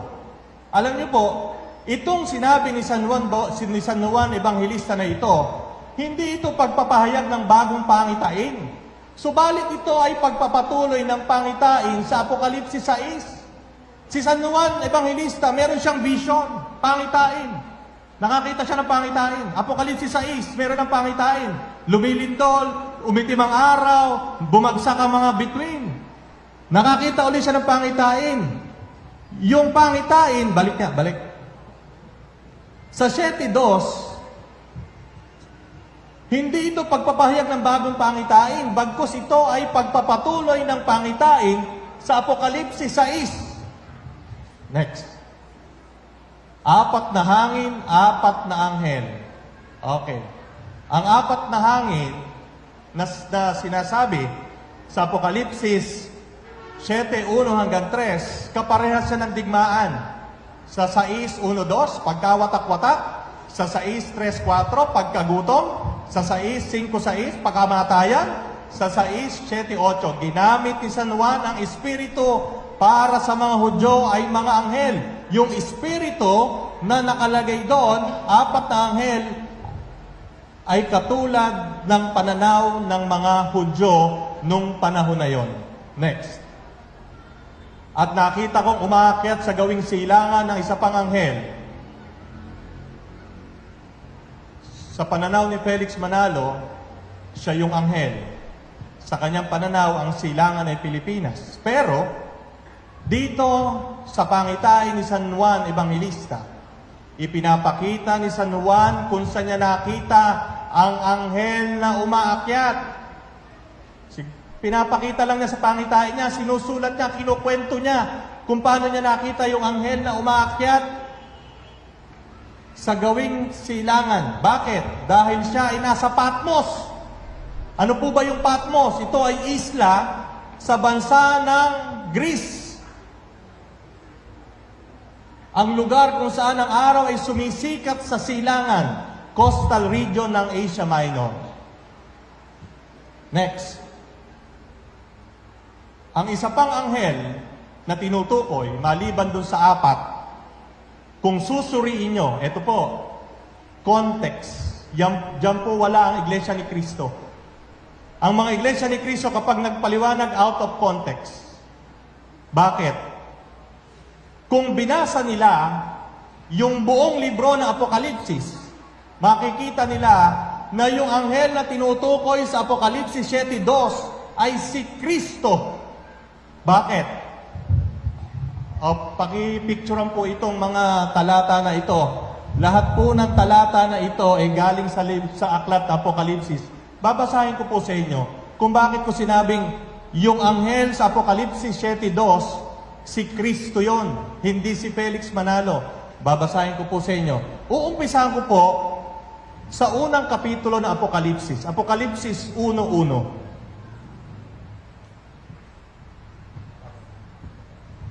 Pagkatapos po nitong part 1, magpapamerienda na po. Sandali lang po, matatapos na po ito. At habang nagpapamerienda po tayo, pwede pong magtanong sa unang bahagi. Apokalipsis 1. Sabi dito,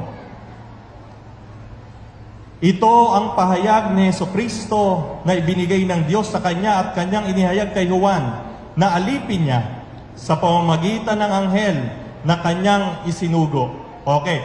Sa unang pagkakarinig, parang sino nagsusugo? Si Kristo, di ba? Parang si Kristo. Pero ulitin ko po. Ito ang pahayag ni Jesucristo na ibinigay ng Diyos sa Kanya. Okay? Pahayag ni Jesucristo na ibinigay ng Diyos sa Kanya. At Kanyang inihayag kay Juan. So yung Diyos nagpahayag kay Kristo. Si Kristo nagpahayag kay Juan. Alipin niya sa pamamagitan ng anghel na Kanyang isinugo. Sino nagsugo ng anghel? Yung Diyos.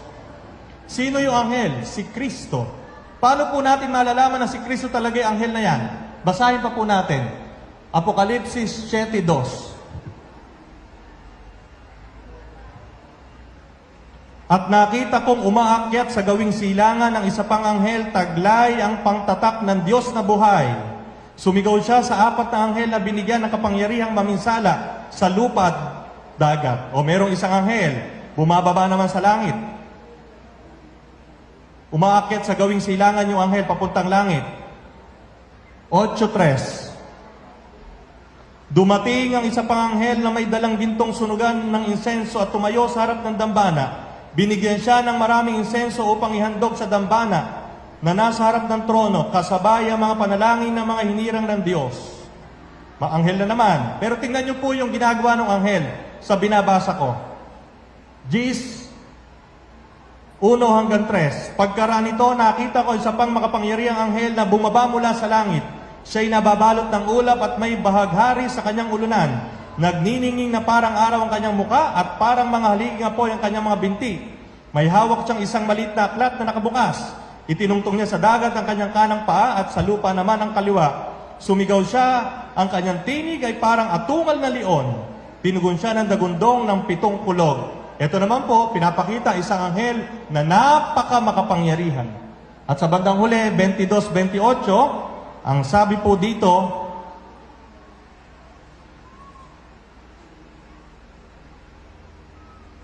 sinabing nagpatotoo na lahat na ito, tiyak nga, darating na ako. Amen, dumating ka nawa, Panginoong Jesus. Naway makantang na lahat ang kagandahang loob ng Panginoong Jesus. So kung titingnan niyo po, lahat ng anghel na binanggit sa Apokalipsis ay hindi ordinaryo anghel. Puro mga anghel na may kapangyarihan, puro mga anghel na sinugo ng Diyos, puro mga anghel na nagtataglay ng kapangyarihan ng Diyos. Sa makatuwid, si Juan na nakakita sa anghel na alipin ni Jesucristo, si Juan, ang kanyang pangitain sa 7:2 ay nakapatungkol kay Kristo. Next. Taglay ang pantatak ng Diyos na buhay, yung anghel na nasa 7:2. Ang anghel na ito ay nagtataglay ng kapangyarihan na galing sa Diyos at lahat ng kapangyarihan ng Diyos ay makikita kay Kristo. Next. Mga puno, lupa at dagat, mga makasalanan na dapat tatakan bago pakawalan ng pagkawasak. Next. Huwag muna niyong pinsalain ng lupa, dagat at punong kahoy. Ang kapahintulutan na puminsala ay ibinigay ng Diyos, pero kailangan munang tatakan ang mga lingkod ng Diyos. Next. Ang pangitain ay nagpatuloy pa sa mga susunod. Ang pangitain na ito sa Apokalipsis 7:1 hanggang 3 ay nagpatuloy pa sa mga susunod na kapitulo at talata, pero hindi na ipinaliwanag ni Felix Manalo sapagkat hindi na ito aangkop sa panlilinlang na ginagawa niya sa mga tao. Next. Okay. Yung pong gustong magtanong patungkol sa Apokalipsis na pinag-usapan po natin, paglilinaw sa mga datos na binigay ko, paglilinaw sa paliwanag base sa Biblia. Maaari po tayo magtanong. Meron po tayong 3 mic dyan sa likod para di na po kayo lalapit dito. Pero kailangan po kayong magpakilala. Sabihin ang totoong pangalan, lugar ng pinanggalingan, at kung kayo po hindi Katoliko, sabihin niyo po kung anong sekta kayo para po mas maliwanag ang ating mga tanungan.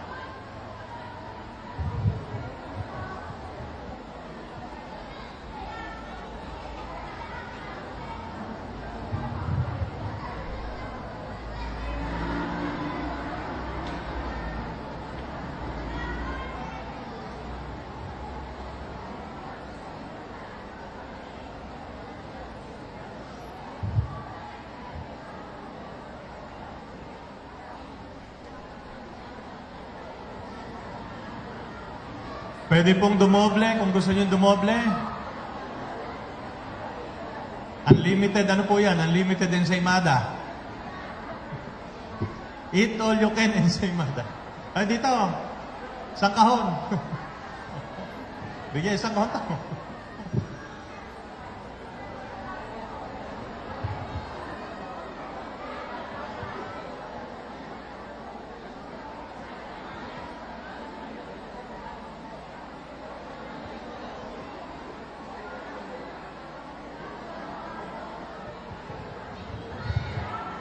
Siguro po merong nag-iisip dito kung ako po ay makikipagdebate sa Iglesia ni Cristo. Ang sasabihin ko po sa inyo, kung may mga ministro dito, hindi po ako makikipagdebate sa inyo, pero ako po ay willing na pumunta sa inyong kapilya para ipaliwanag kung bakit kami ang tunay na simbahan. Ako din po ay willing na anyayahan kayo magsalita sa loob ng simbahang Katolika dyan sa San Vicente Ferrer. Pero po, kapag po ako'y nagsalita at kayo nagsalita, magtatanong po kami sa inyo. At ganoon din naman po kayo, pwede po kayo magtanong sa akin. Basta po, anyayahan nyo lang ako sa loob ng inyong kapilya. At aanyayahan ko din po kayo sa loob ng aming simbahan. At ipapangako ko po sa inyo, bibigyan ko kayo ng mahigit kumulang na 800 hanggang 1,000 Katoliko na makikinig kung bakit kayo ang tunay na iglesia. Pero magtatanong po kami pagkatapos nyo magpaliwanag. Okay, so sana po lahat ay nakakuha na ng pandesal na kasing laki ng plato.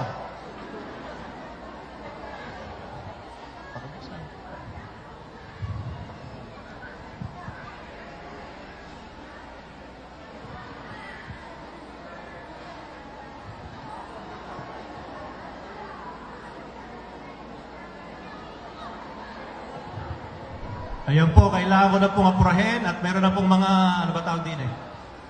Sandali na lang po, diretso na tayo.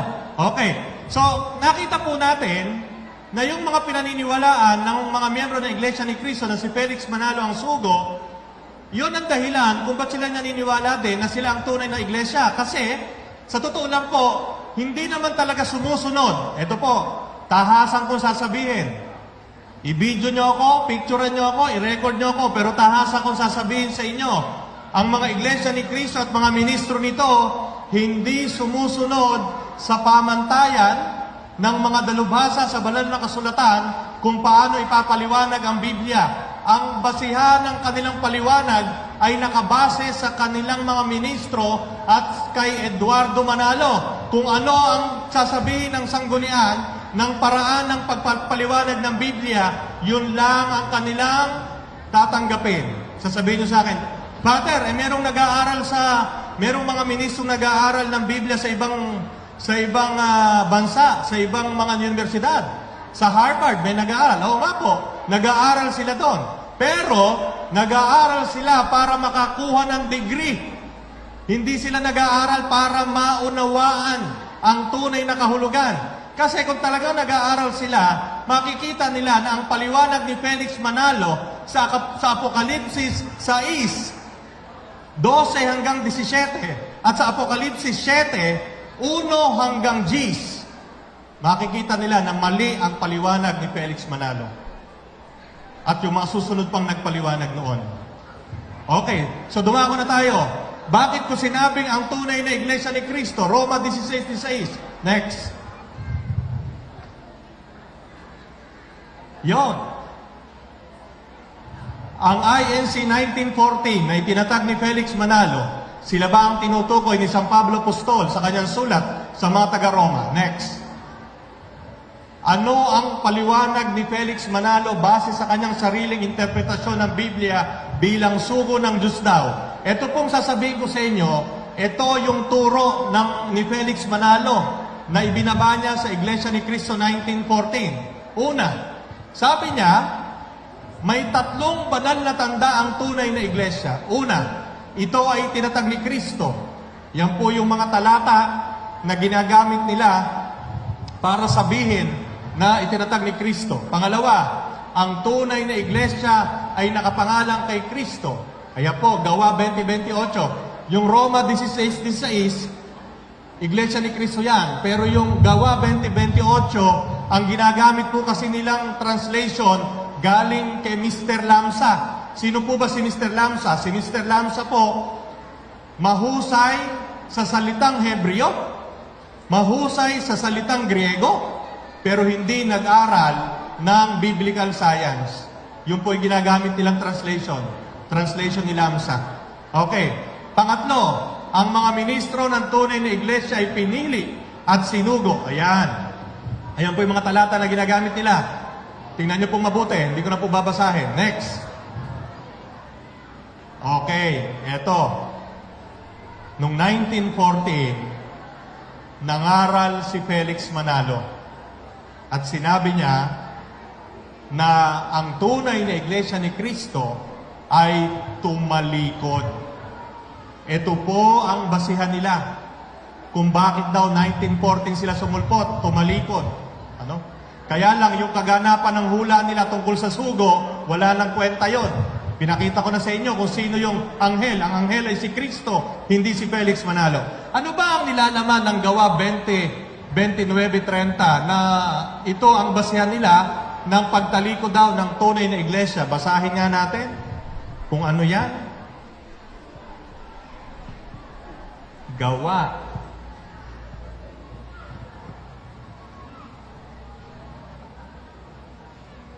29:30.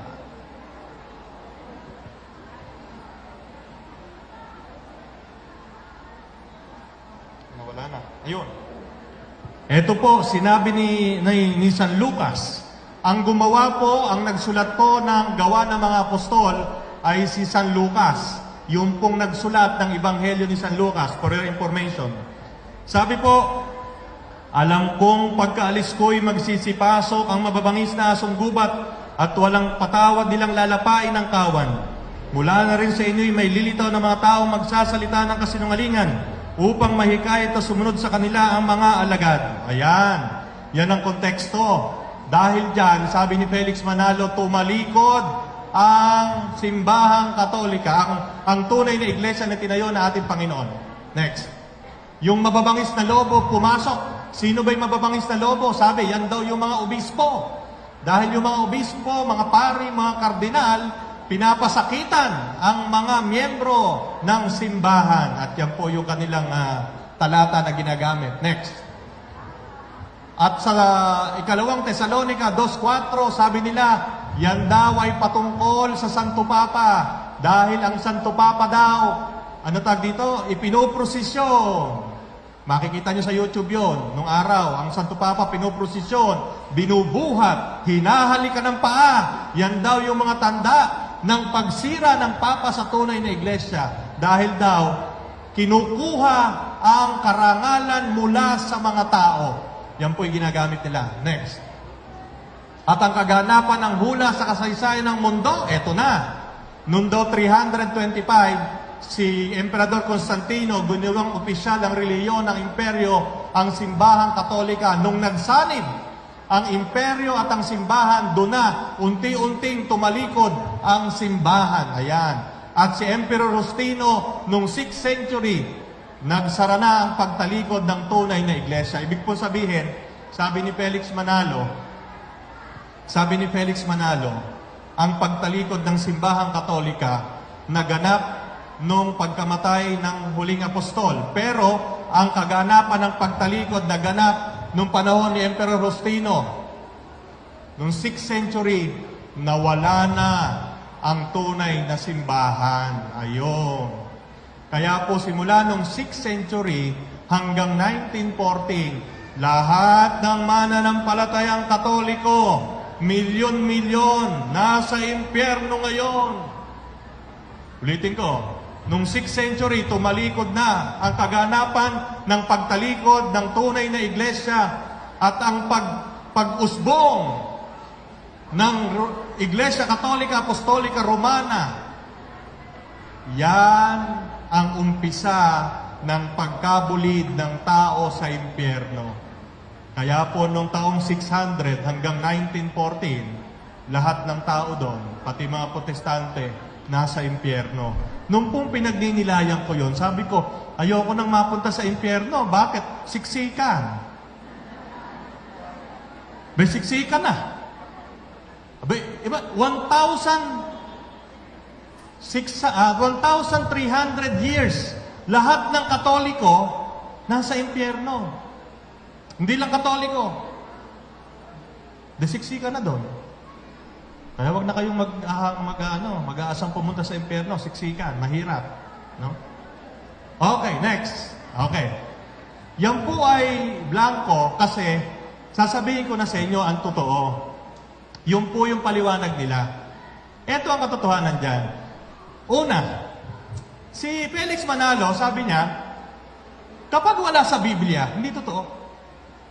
Sabi niya dito, kapag wala sa Biblia, kapag hindi nakasulat sa Biblia, hindi totoo. Bakit? Sapagat ang Biblia mismo ay makapagbibigay sa iyo ng katotohanan. Kumbaga, yung Biblia, self-sufficient. Pagbasa mo pa lang, andun ay katotohanan. Kaya ang una niyang ginawa, tinanggal niya ang Fathers of the Church. Ano po ba yung Fathers of the Church? Yung mga kahalili ng mga apostol. Lahat ng sumusunod sa mga apostol, tinanggal niya lahat yun. Walang kwenta yan.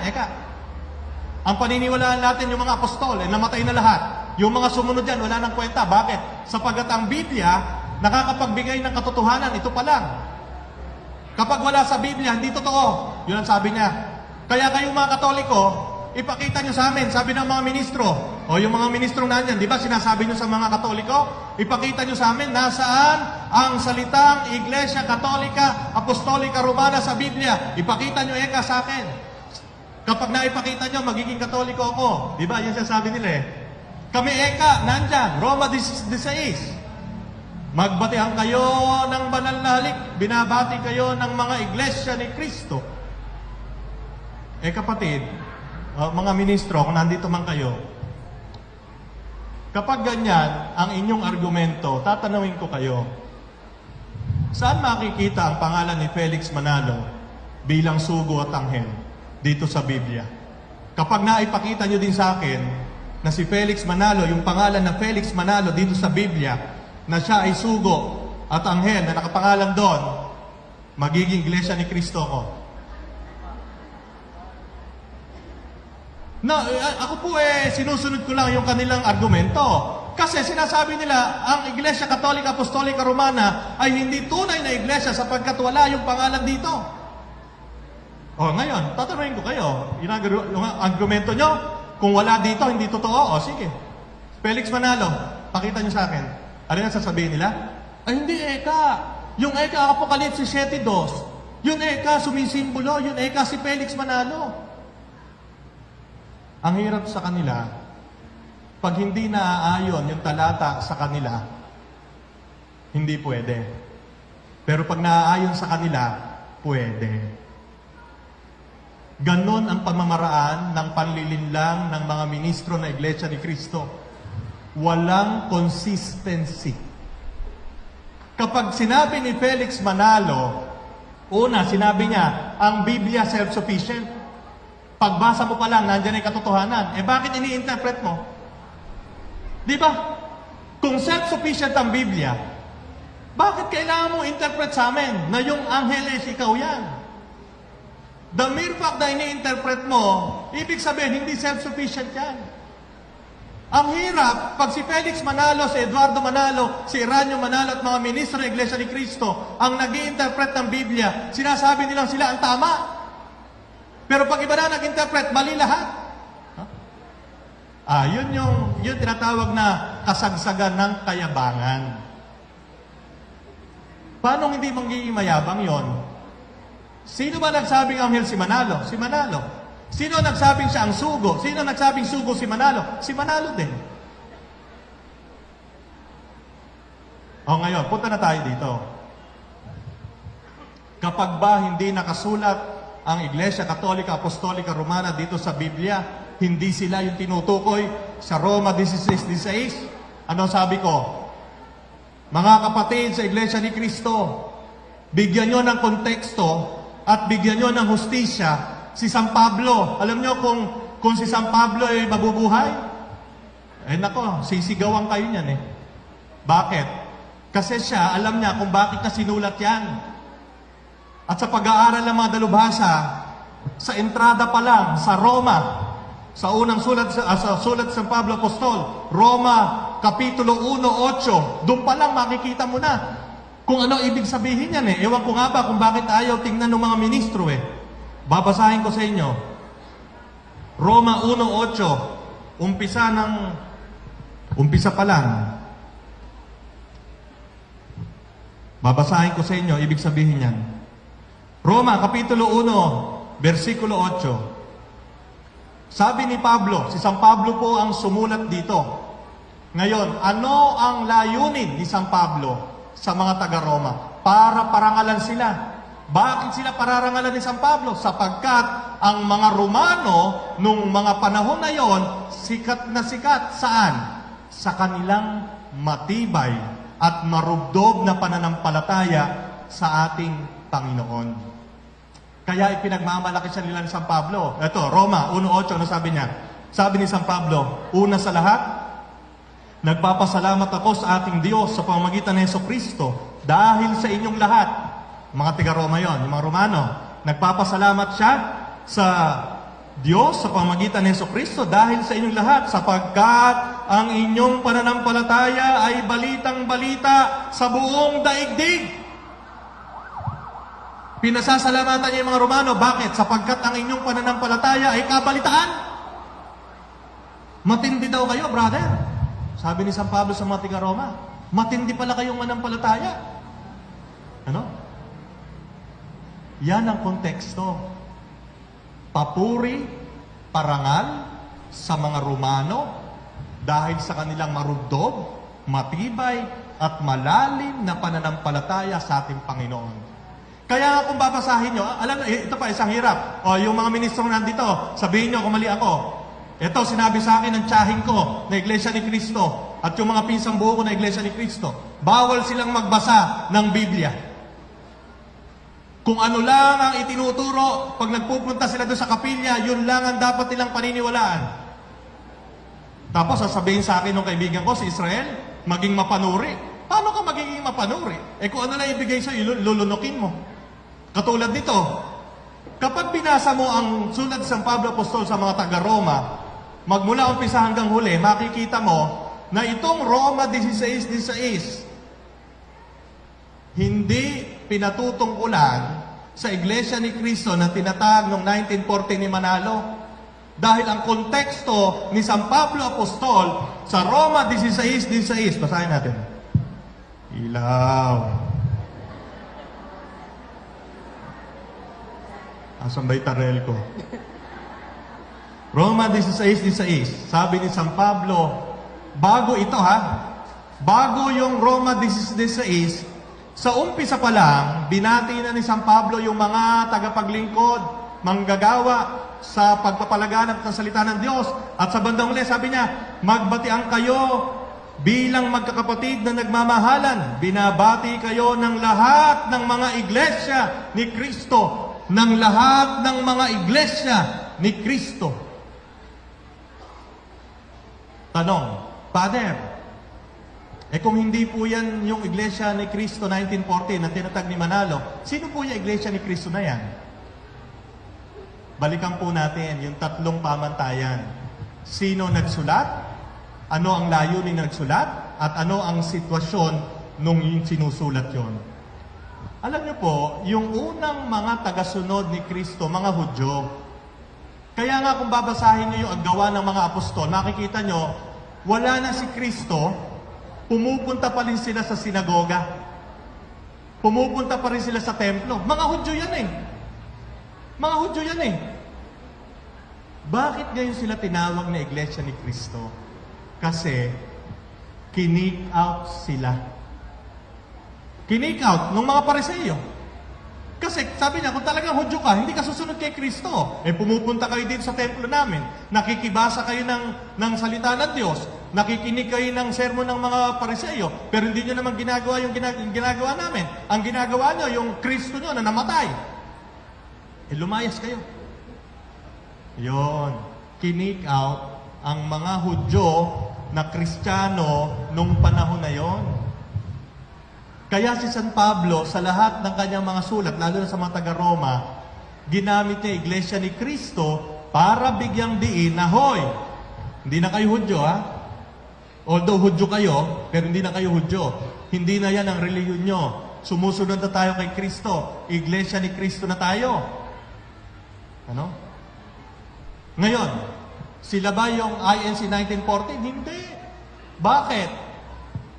Sige nga, kung may mga ministro pang nandito, ipakita nyo sa akin ang koneksyon ng Iglesia ni Kristo dito sa Pilipinas sa Iglesia ni Kristo sa Roma. Ito, Roma 16:6. Mga Iglesia ni Kristo to sa Roma. Sasabihin ng mga yan, kasi ito ang sinasabi sa akin ng aking mga tsahin eh. Aba, hindi na maipapakita. Bakit? Kasi nga tumalikod na. Ano ibig sabihin nun? Nalipol na lahat. Imagine niyo, nalipol daw yung tunay na iglesia. Yung lahat ng miyembro ng tunay na iglesia, nalipol. Kaya hindi na makikita yung koneksyon ng Iglesia ni Cristo 1914 sa Iglesia ni Cristo sa Roma 16:6 dahil nalipol eh. Sino natira? Si Felix Manalo. Tayo. Ito. Tayo. Roma 16:16. Isinulat. Kailan ba sinulat to? Dali lang. Alam nyo, napakadaling malaman kung sino nagsisinungaling ngayon eh, lalo sa mga sekta. Punta ka lang kay Google. Masarap si Google eh. Teka Alam nyo si Google palagay ko darating ang araw magkakaroon ng iglesia ni Google. Mahusay eh. Okay. Yung sulat ni San Pablo Apostol sa mga taga-Roma ay isinulat nung taong 56 AD. Ano? 56 AD. Ang nakakatawa niyan, itong mga iglesia ni Kristo na ito sa Roma, nung 56 AD, matutuntun mo hanggang ngayon. Walang pati. Hindi nalipon. Nagpapatuloy. At tandaan nyo, punta rin kayo sa iglesia ni Google. Tingnan nyo yung mga apostol, isa-isahin nyo kung nasan sila ngayon. Lahat ng simbahan, lahat ng iglesia, lahat ng komunidad na itinayo ng mga apostol nung sila'y nabubuhay pa, hanggang ngayon, nakatayo pa rin. Sulat ni Apostol San Pablo sa mga taga-Efeso, pumunta kayo sa Turkey. Ang Ephesus po nasa Turkey. Naandun pa rin, nakatayo. Sulat ni San Pablo Apostol sa mga taga-Thessalonica. Thessalonica nasa Greece. Pumunta kayo sa Greece. Naandun pa rin, nakatayo. Ano yon? Simbahang Katolika. Tanong, komo ba nakapangalan sa Iglesia ni Cristo 1914, Roma 16:6, sila na original? Hindi.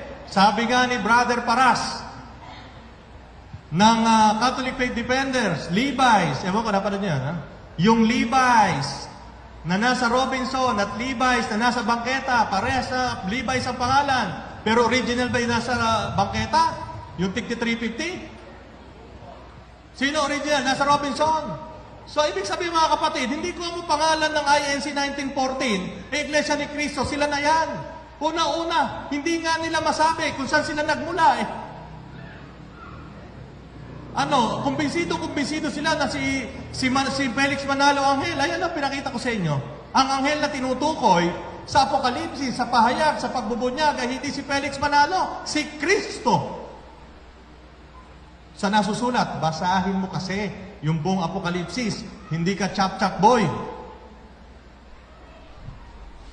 At yan mga kapatid, ang ibig kong sabihin, ang tunay na Iglesia ni Kristo. Ang tunay na Iglesia ni Kristo ay nakapaloob ngayon sa simbahang Katolika. Bakit? Dahil sa banal na kasulatan at dahil sa kasaysayan. Amen. Bukas na po ang tanungan base sa pangalawang topic. Teka muna pala, meron pa to. Sige, baba. Meron pa to, nakalimutan ko. Yan. Panghuli. Dahil ang mga Iglesia ni Kristo, ang kanilang pamantayan ng pagpapaliwanag ng Biblia ay chap-chap, kumukuha kung saan-saan, pagduduklay-duklayin, para makabuo ng isang turo. Ito, isasuggest ko sa kanila. So, chap-chap. Mateo 27:5. Inihagis ni Judas sa loob ng templo ang 30 pirasong pilak at pagkaalis doon, siya'y nagbigti. Isunod natin si Lucas 10:37. Kung gayon, humayo ka. Ganon din ang gawin mo. Okay ba yan? Nasa ano yan? Yan, nasa Biblia. Ano sabi sa Mateo 27:5? Pagkaalis doon, siya'y nagbigti. Ano naman sinabi sa Lucas 10:37? Pag pinagdugtong natin, kung gayon, humayo ka, ganon din ang gawin mo. Magbibigti kayo. Ganyan po ang pamamaraan ng mga Iglesia ni Cristo. Chap-chap. Hindi nila kinukuha yung context. Panghuli, nanonood ba kayo? Sa YouTube. Maganda rin si YouTube. Isa pang magiging iglesia yan. Baka 2050, may iglesia ni YouTube. Panoorin niyo yung ang pagbubunyag na Iglesia ni Cristo. Isa pang di ko na nagustuhan doon, kung nandito pa yung mga ministro, sabihin niyo sa Net 25. Diniinan nila na merong pari na sumapi sa Iglesia ni Cristo. Si Father Christopher Yu. Tanda ako pa. Yu ba? Tama ba? Tama, no? Father Christopher Yu. 30 minutong national telecast, televised. Paulit-ulit sinasabi ng mga ministro na paring Katoliko. Ako naman alam niya, ako po mapanuri talaga ako. Bedesinuri ko, Father Christopher Yu. Alam niyo po ba, hindi po siya paring Katoliko. Siya po ay miyembro ng Apostolic Catholic Church. Hindi po, wala pong kaugnayan ng Apostolic Catholic Church sa Roman Catholic Church. Pero ang mahirap, kung nandito pa yung mga ministro, mahirap sa mga ministro nyo na nasa Net 25, diniinan ng 30 minuto paulit-ulit na paring Katoliko ito, lumipat sa Iglesia ni Cristo. Hindi ko po alam kung tinanggal na nila doon yon, pero kahit tanggalin nila, na-download ko na. Di ba, kapatid na Renz? Na-download ko na. Pangalawa, isa pang di ko nagustuhan. Sabi nila, yung pa rin, Net 25, mga ministro na Iglesia ni Cristo. Tayo daw, ito lang ang basihan ng turo ng Iglesia Katolika Apostolika Romana, ang Catechism of the Catholic Church. O yung mga iglesia na dito, ito po ang itsura ng Catechism of the Catholic Church na palaging binabanggit ng ministro nyo. Ito po itsura niyan. Sabi po ng mga ministro, Iglesia ni Cristo, ito lang daw ang basihan natin sa pagtuturo, hindi daw ang Biblia.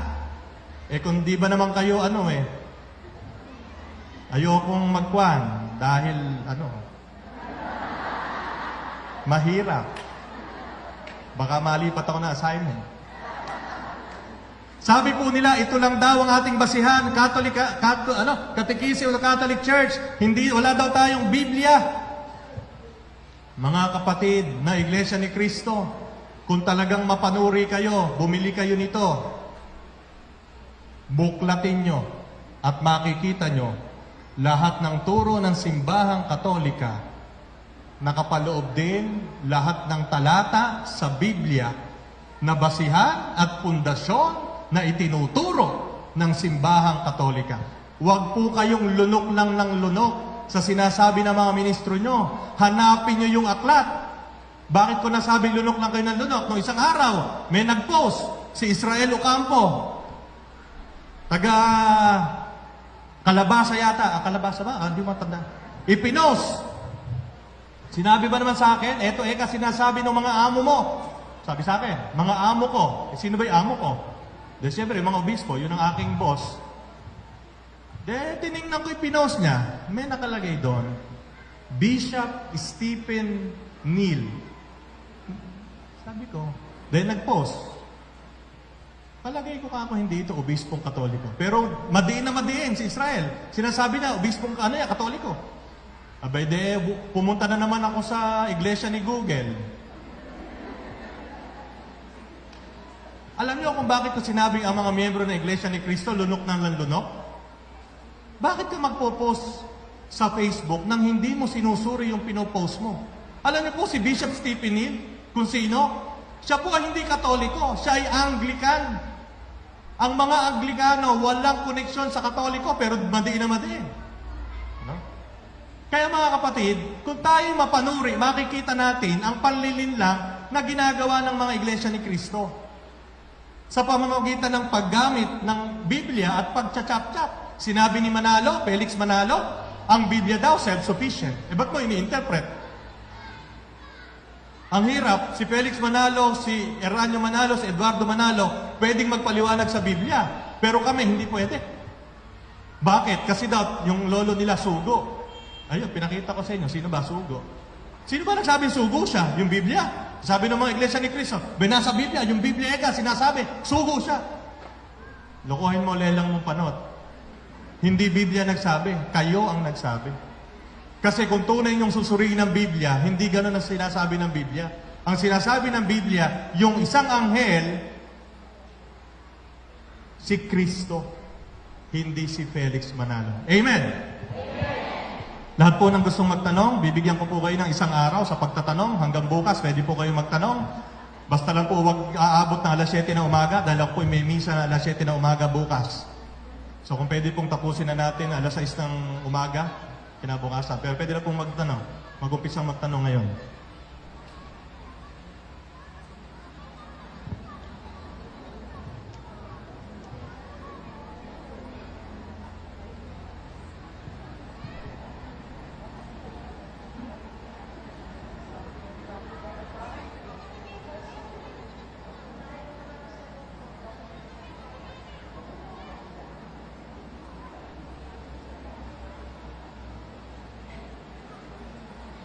Bibigyan ko po kayo ng 10 minuto para mag-isip-isip ng inyong tanong at ako po ay uwi muna sa San Vicente. Babalikan ko po kayo. Huwag po kayo alis. Babalik po ako. Kasi mukhang nag-iisip pa po kayo eh. Sige po. Pwede po tayo maglinaw. No, ako po ay inanyayahan ng Iglesia ni Cristo. Meron pong mga youth ng Iglesia ni Cristo na pumunta sa kumbento. Inanyayahan po ako sa kanilang pamamahayag. Sabi ko po, pupunta ako, pero magtatanong ako. Sa pamamahayag po yata nila, hindi pwede magtanong eh. No? Pwede ka lang umaten, pero hindi ka pwede magtanong. So hindi daw po pwede magtanong, kaya hindi po ako nagpunta.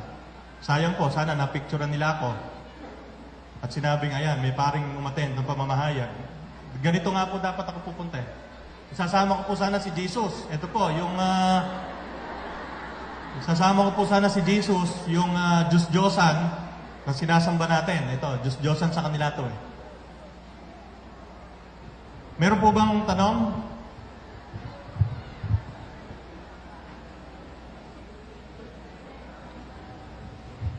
Huwag po kayo mahiya. Kung meron pong ibang sekta dito, huwag po kayo mahiya. Hindi po ako naninigaw. Hindi rin po ako nagmumura katulad ni napanood niyo po ba yon? Katulad ni Juan. At di po ako magbabalistik. Magtanong po kayo para sa paglilinaw. Para po tayo sa katotohanan.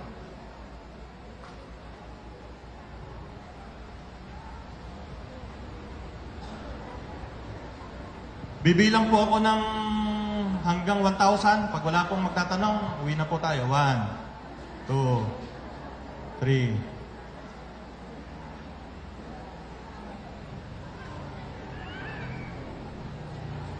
So kung kayo po ay may tanong patungkol kay Felix Manalo, wag po kayong pupunta sa iglesia ni Google. Wala po silang ina-upload doon eh. Makikita nyo lang po doon kung paano siya sinugo ng Diyos. Nagkulong ng 3 araw sa loob ng kwarto, hindi yata kumain. Tapos pagkatapos ng 3 araw, yun, siya na ang sugo.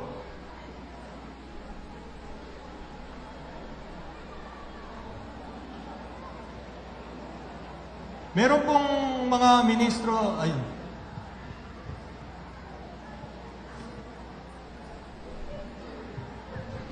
Father, gusto ko lang pong malinawan. Ano po ba yung kaso ng rape ni Felix Manalo? At bakit po siya ang kinasuhan ng rape? Hindi siya nakulong. Pakipaliwanag po. Actually po, sandali lang po Sandali lang po. Iglesia ni Google.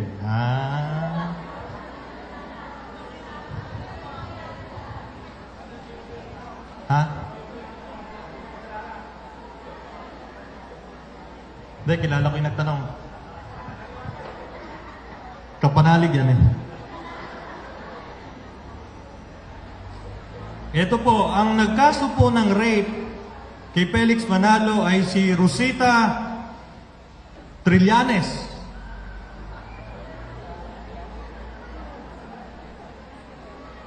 Pero alam niyo po, yung kaso na yon, Iglesia ni Google, Rosita Trillanes, Felix Manalo rape, ganon. I-type nyo mamaya, hindi ko na, Ang nagkaso po niyan, si Rosita Trillanes ay kanyang miyembro. At sabi po, ni-rape siya. Nakarating po sa husgado at sinabi po ng huwes na si Felix Manalo ang pinaka may mababang moralidad sa bansa noong panahon na yun. Pinakamababa ang moralidad ni Felix Manalo noong panahon na yun. Bakit di siya nakulong? Bakit di siya nakulong?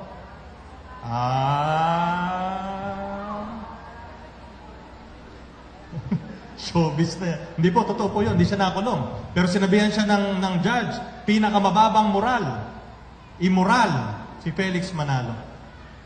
Ngayon po, yung tanong na bakit di siya nakulong, yung pong mga anak nyo, may Google, tingnan nyo lang po sa Google kung ba't di siya nakulong. At makikita nyo dahilan.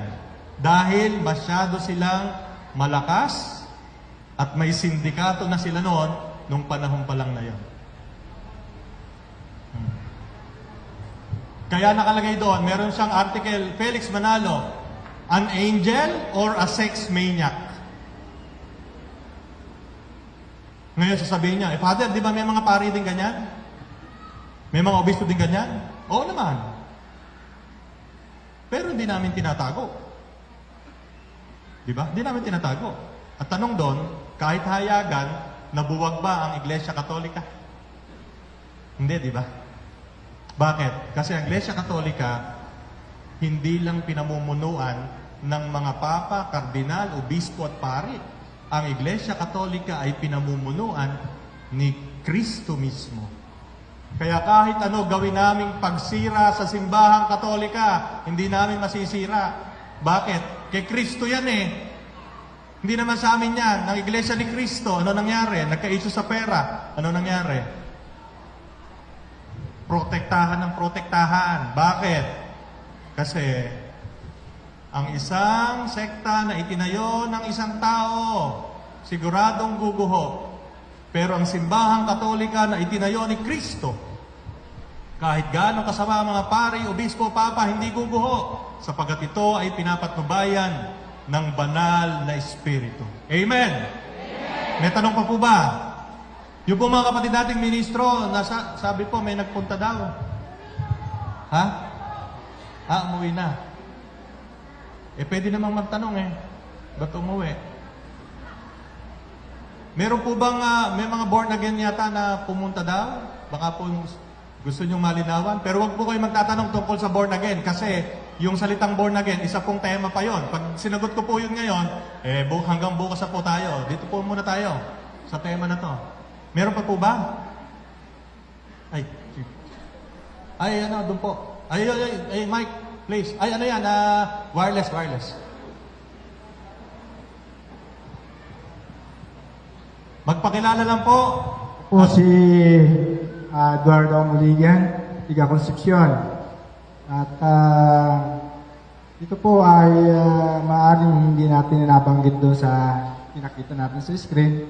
Pero gusto ko lang po ito malinawan. Sa ngayon po sa pag-aaral, doon sa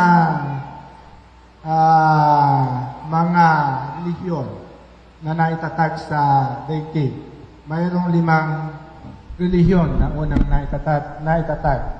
At dito po ang isa ay ang Kristyanismo, na kung saan nakabase ang paniniwala tungkol kay Jesucristo. Matatawag po bang Kristiyano yung mga hindi Katoliko Romano? Matatawag po din po ba silang Kristiyano? Opo. Lahat po ng tao na naniniwala na si Kristo ay Diyos na totoo at taong totoo, sila po ay maaaring tawaging Kristiyano. Pero kapag ikaw ay hindi naniniwala na si Kristo ay Diyos na totoo at taong totoo, at para sa iyo si Kristo ay tao lang, at sinasabi mong Kristiyano ka, sinungaling ka. Ha? Sapagkat hindi mo maaaring sabihin na Kristiyano ka, sapagkat ang salitang Kristiyano ay nagmula sa pangalan ng ating Panginoon. Tinawag ng Kristiyano ang mga naunang tagasunod ni Kristo na mga Hudyo para bigyan diin ang kanilang pagsunod kay Kristo. At lahat ng sumunod kay Kristo, nung panahon pa ng mga apostol, naniniwala na si Kristo ay Diyos, hindi lang tao. Sa mga tuwid, kung ikaw ay sasabihin mo sa akin Kristiyano ka, pero hindi ka naniniwala na si Kristo ay Diyos, peki ka, sinungaling. Yan po ay ginagawa ng Iglesia ni Kristo. Sinasabi nilang siya ay Kristiyano, pero hindi naniniwala na si Kristo ay Diyos. Ngayon po,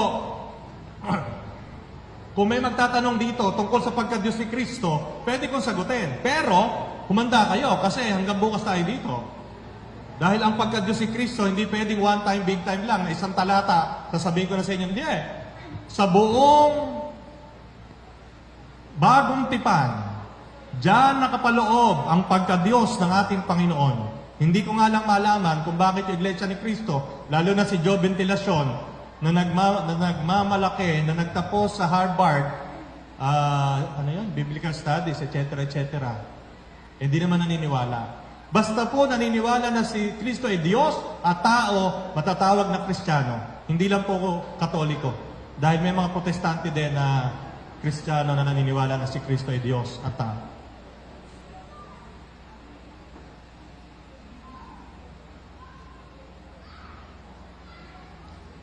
Meron pa po bang tanong? Paglilinaw? Patungkol sa Roma 16:16? Patungkol sa Apokalipsis? Pahayag, pagbubunyag?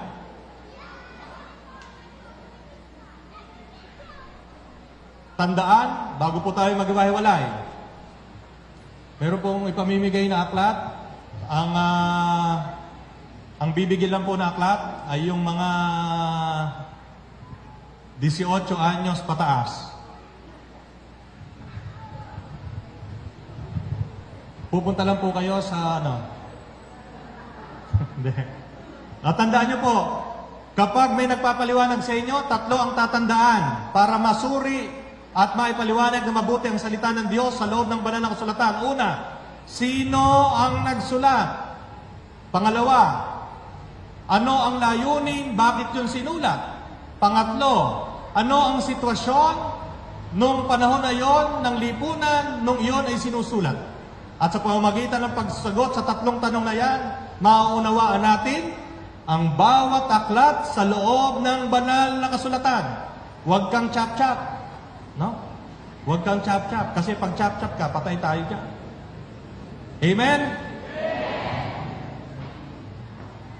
Ang may akda po ng aklat na yan, ano ba title niyan?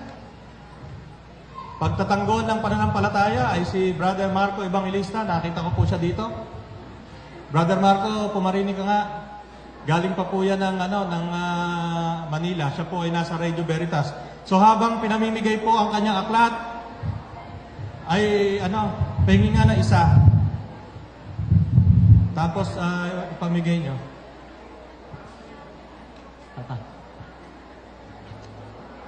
Ito pong aklat na ito, kapag kayo po ay inakyat ng mga magnanakaw ng pananampalataya, ipakita nyo lang sa kanila to. Hindi na sila hindi na sila natag dito?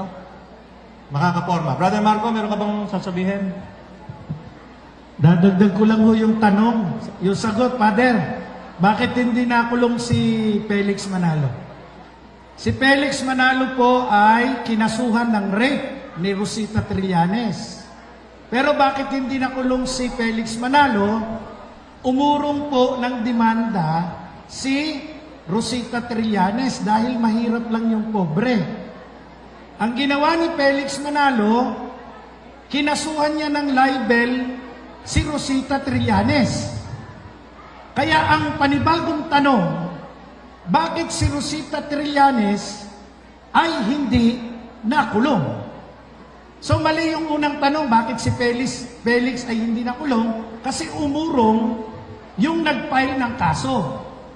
Pero according to the Philippine Gazette, Republic of the Philippines, ang korte ay nagdeklara na si Felix Manalo este Badja de Moral. Spanish pa nun. Sa Tagalog, si Manalo ay may mababang moral. Manalo actos immorales. Si Manalo ay gumawa ng mga kahalayan. Kaya yung Iglesia ni Cristo ang itinuro sa atin ng Biblia at ni Father Richmond ay siya ring Iglesia Katolika.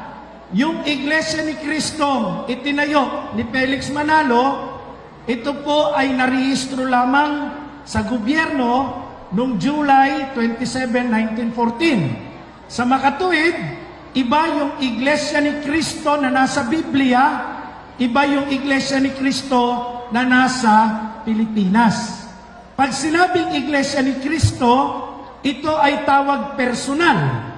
Pag sinabing Iglesia Katolika, ito ay descriptive o paglalarawan. Ano yung Iglesia ni Cristo? Iglesia Katolika. Ibig sabihin, laganap sa buong daigdig. Pero yung Iglesia ni Cristo, na mayroong tulis ang simbahan, tinatawag naming simbahang tulisan, yan po'y peke, sapagkat na-establish lamang yan sa pamamagitan ng komersyo di Industria, Securities and Exchange Commission.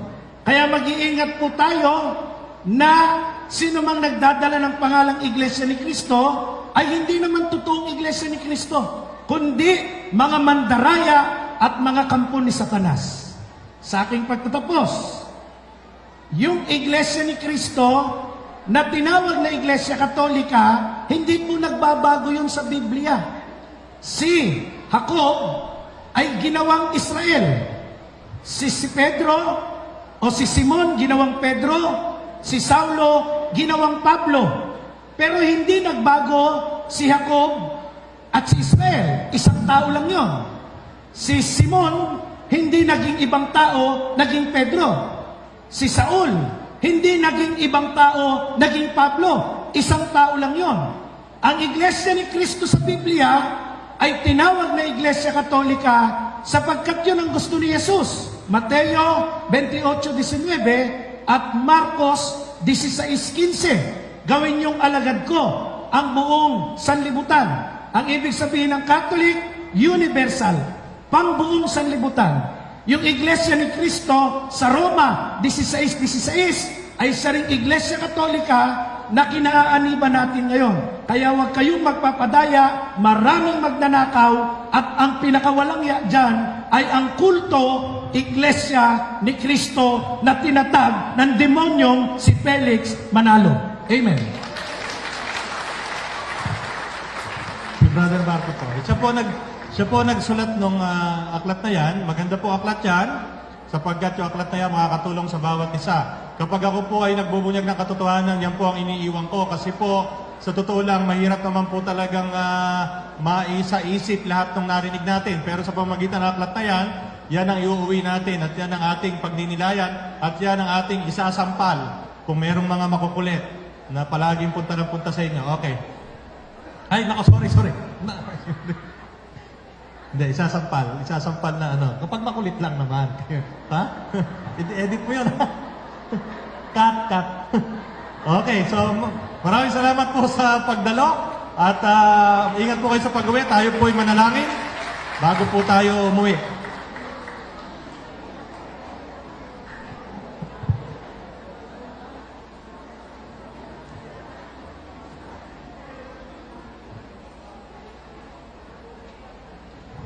Manalangin po tayo kay San Miguel Arcangel. Ngayon po ay kanyang kapistahan at naway tayo kanyang gabayan at lukuban ng banal na Espiritu upang tayo may pagtanggol sa mga demonyo na aaligid-ligid sa ating buhay. Sa ngalan ng Ama, ng Anak, ng Espiritu Santo, Sancte Michael Arcangeli, defende nos proele contra nicesem et sidias, diaboli esto presidium, imperet illi Deus, supplices deprecamur tuque, principes militia, celestis satanam aliusque spiritus malignos, qui ad perditionem animarum pervagantur in mundo divina virtute, in infernum detrude. Amen. Abagi ng Maria na pupuno ka ng grasya, ang Parang Diyos ay sumasayo, bukod kang pinagpala sa babaeng lahat, pinagpala naman ang anak na si Jesus.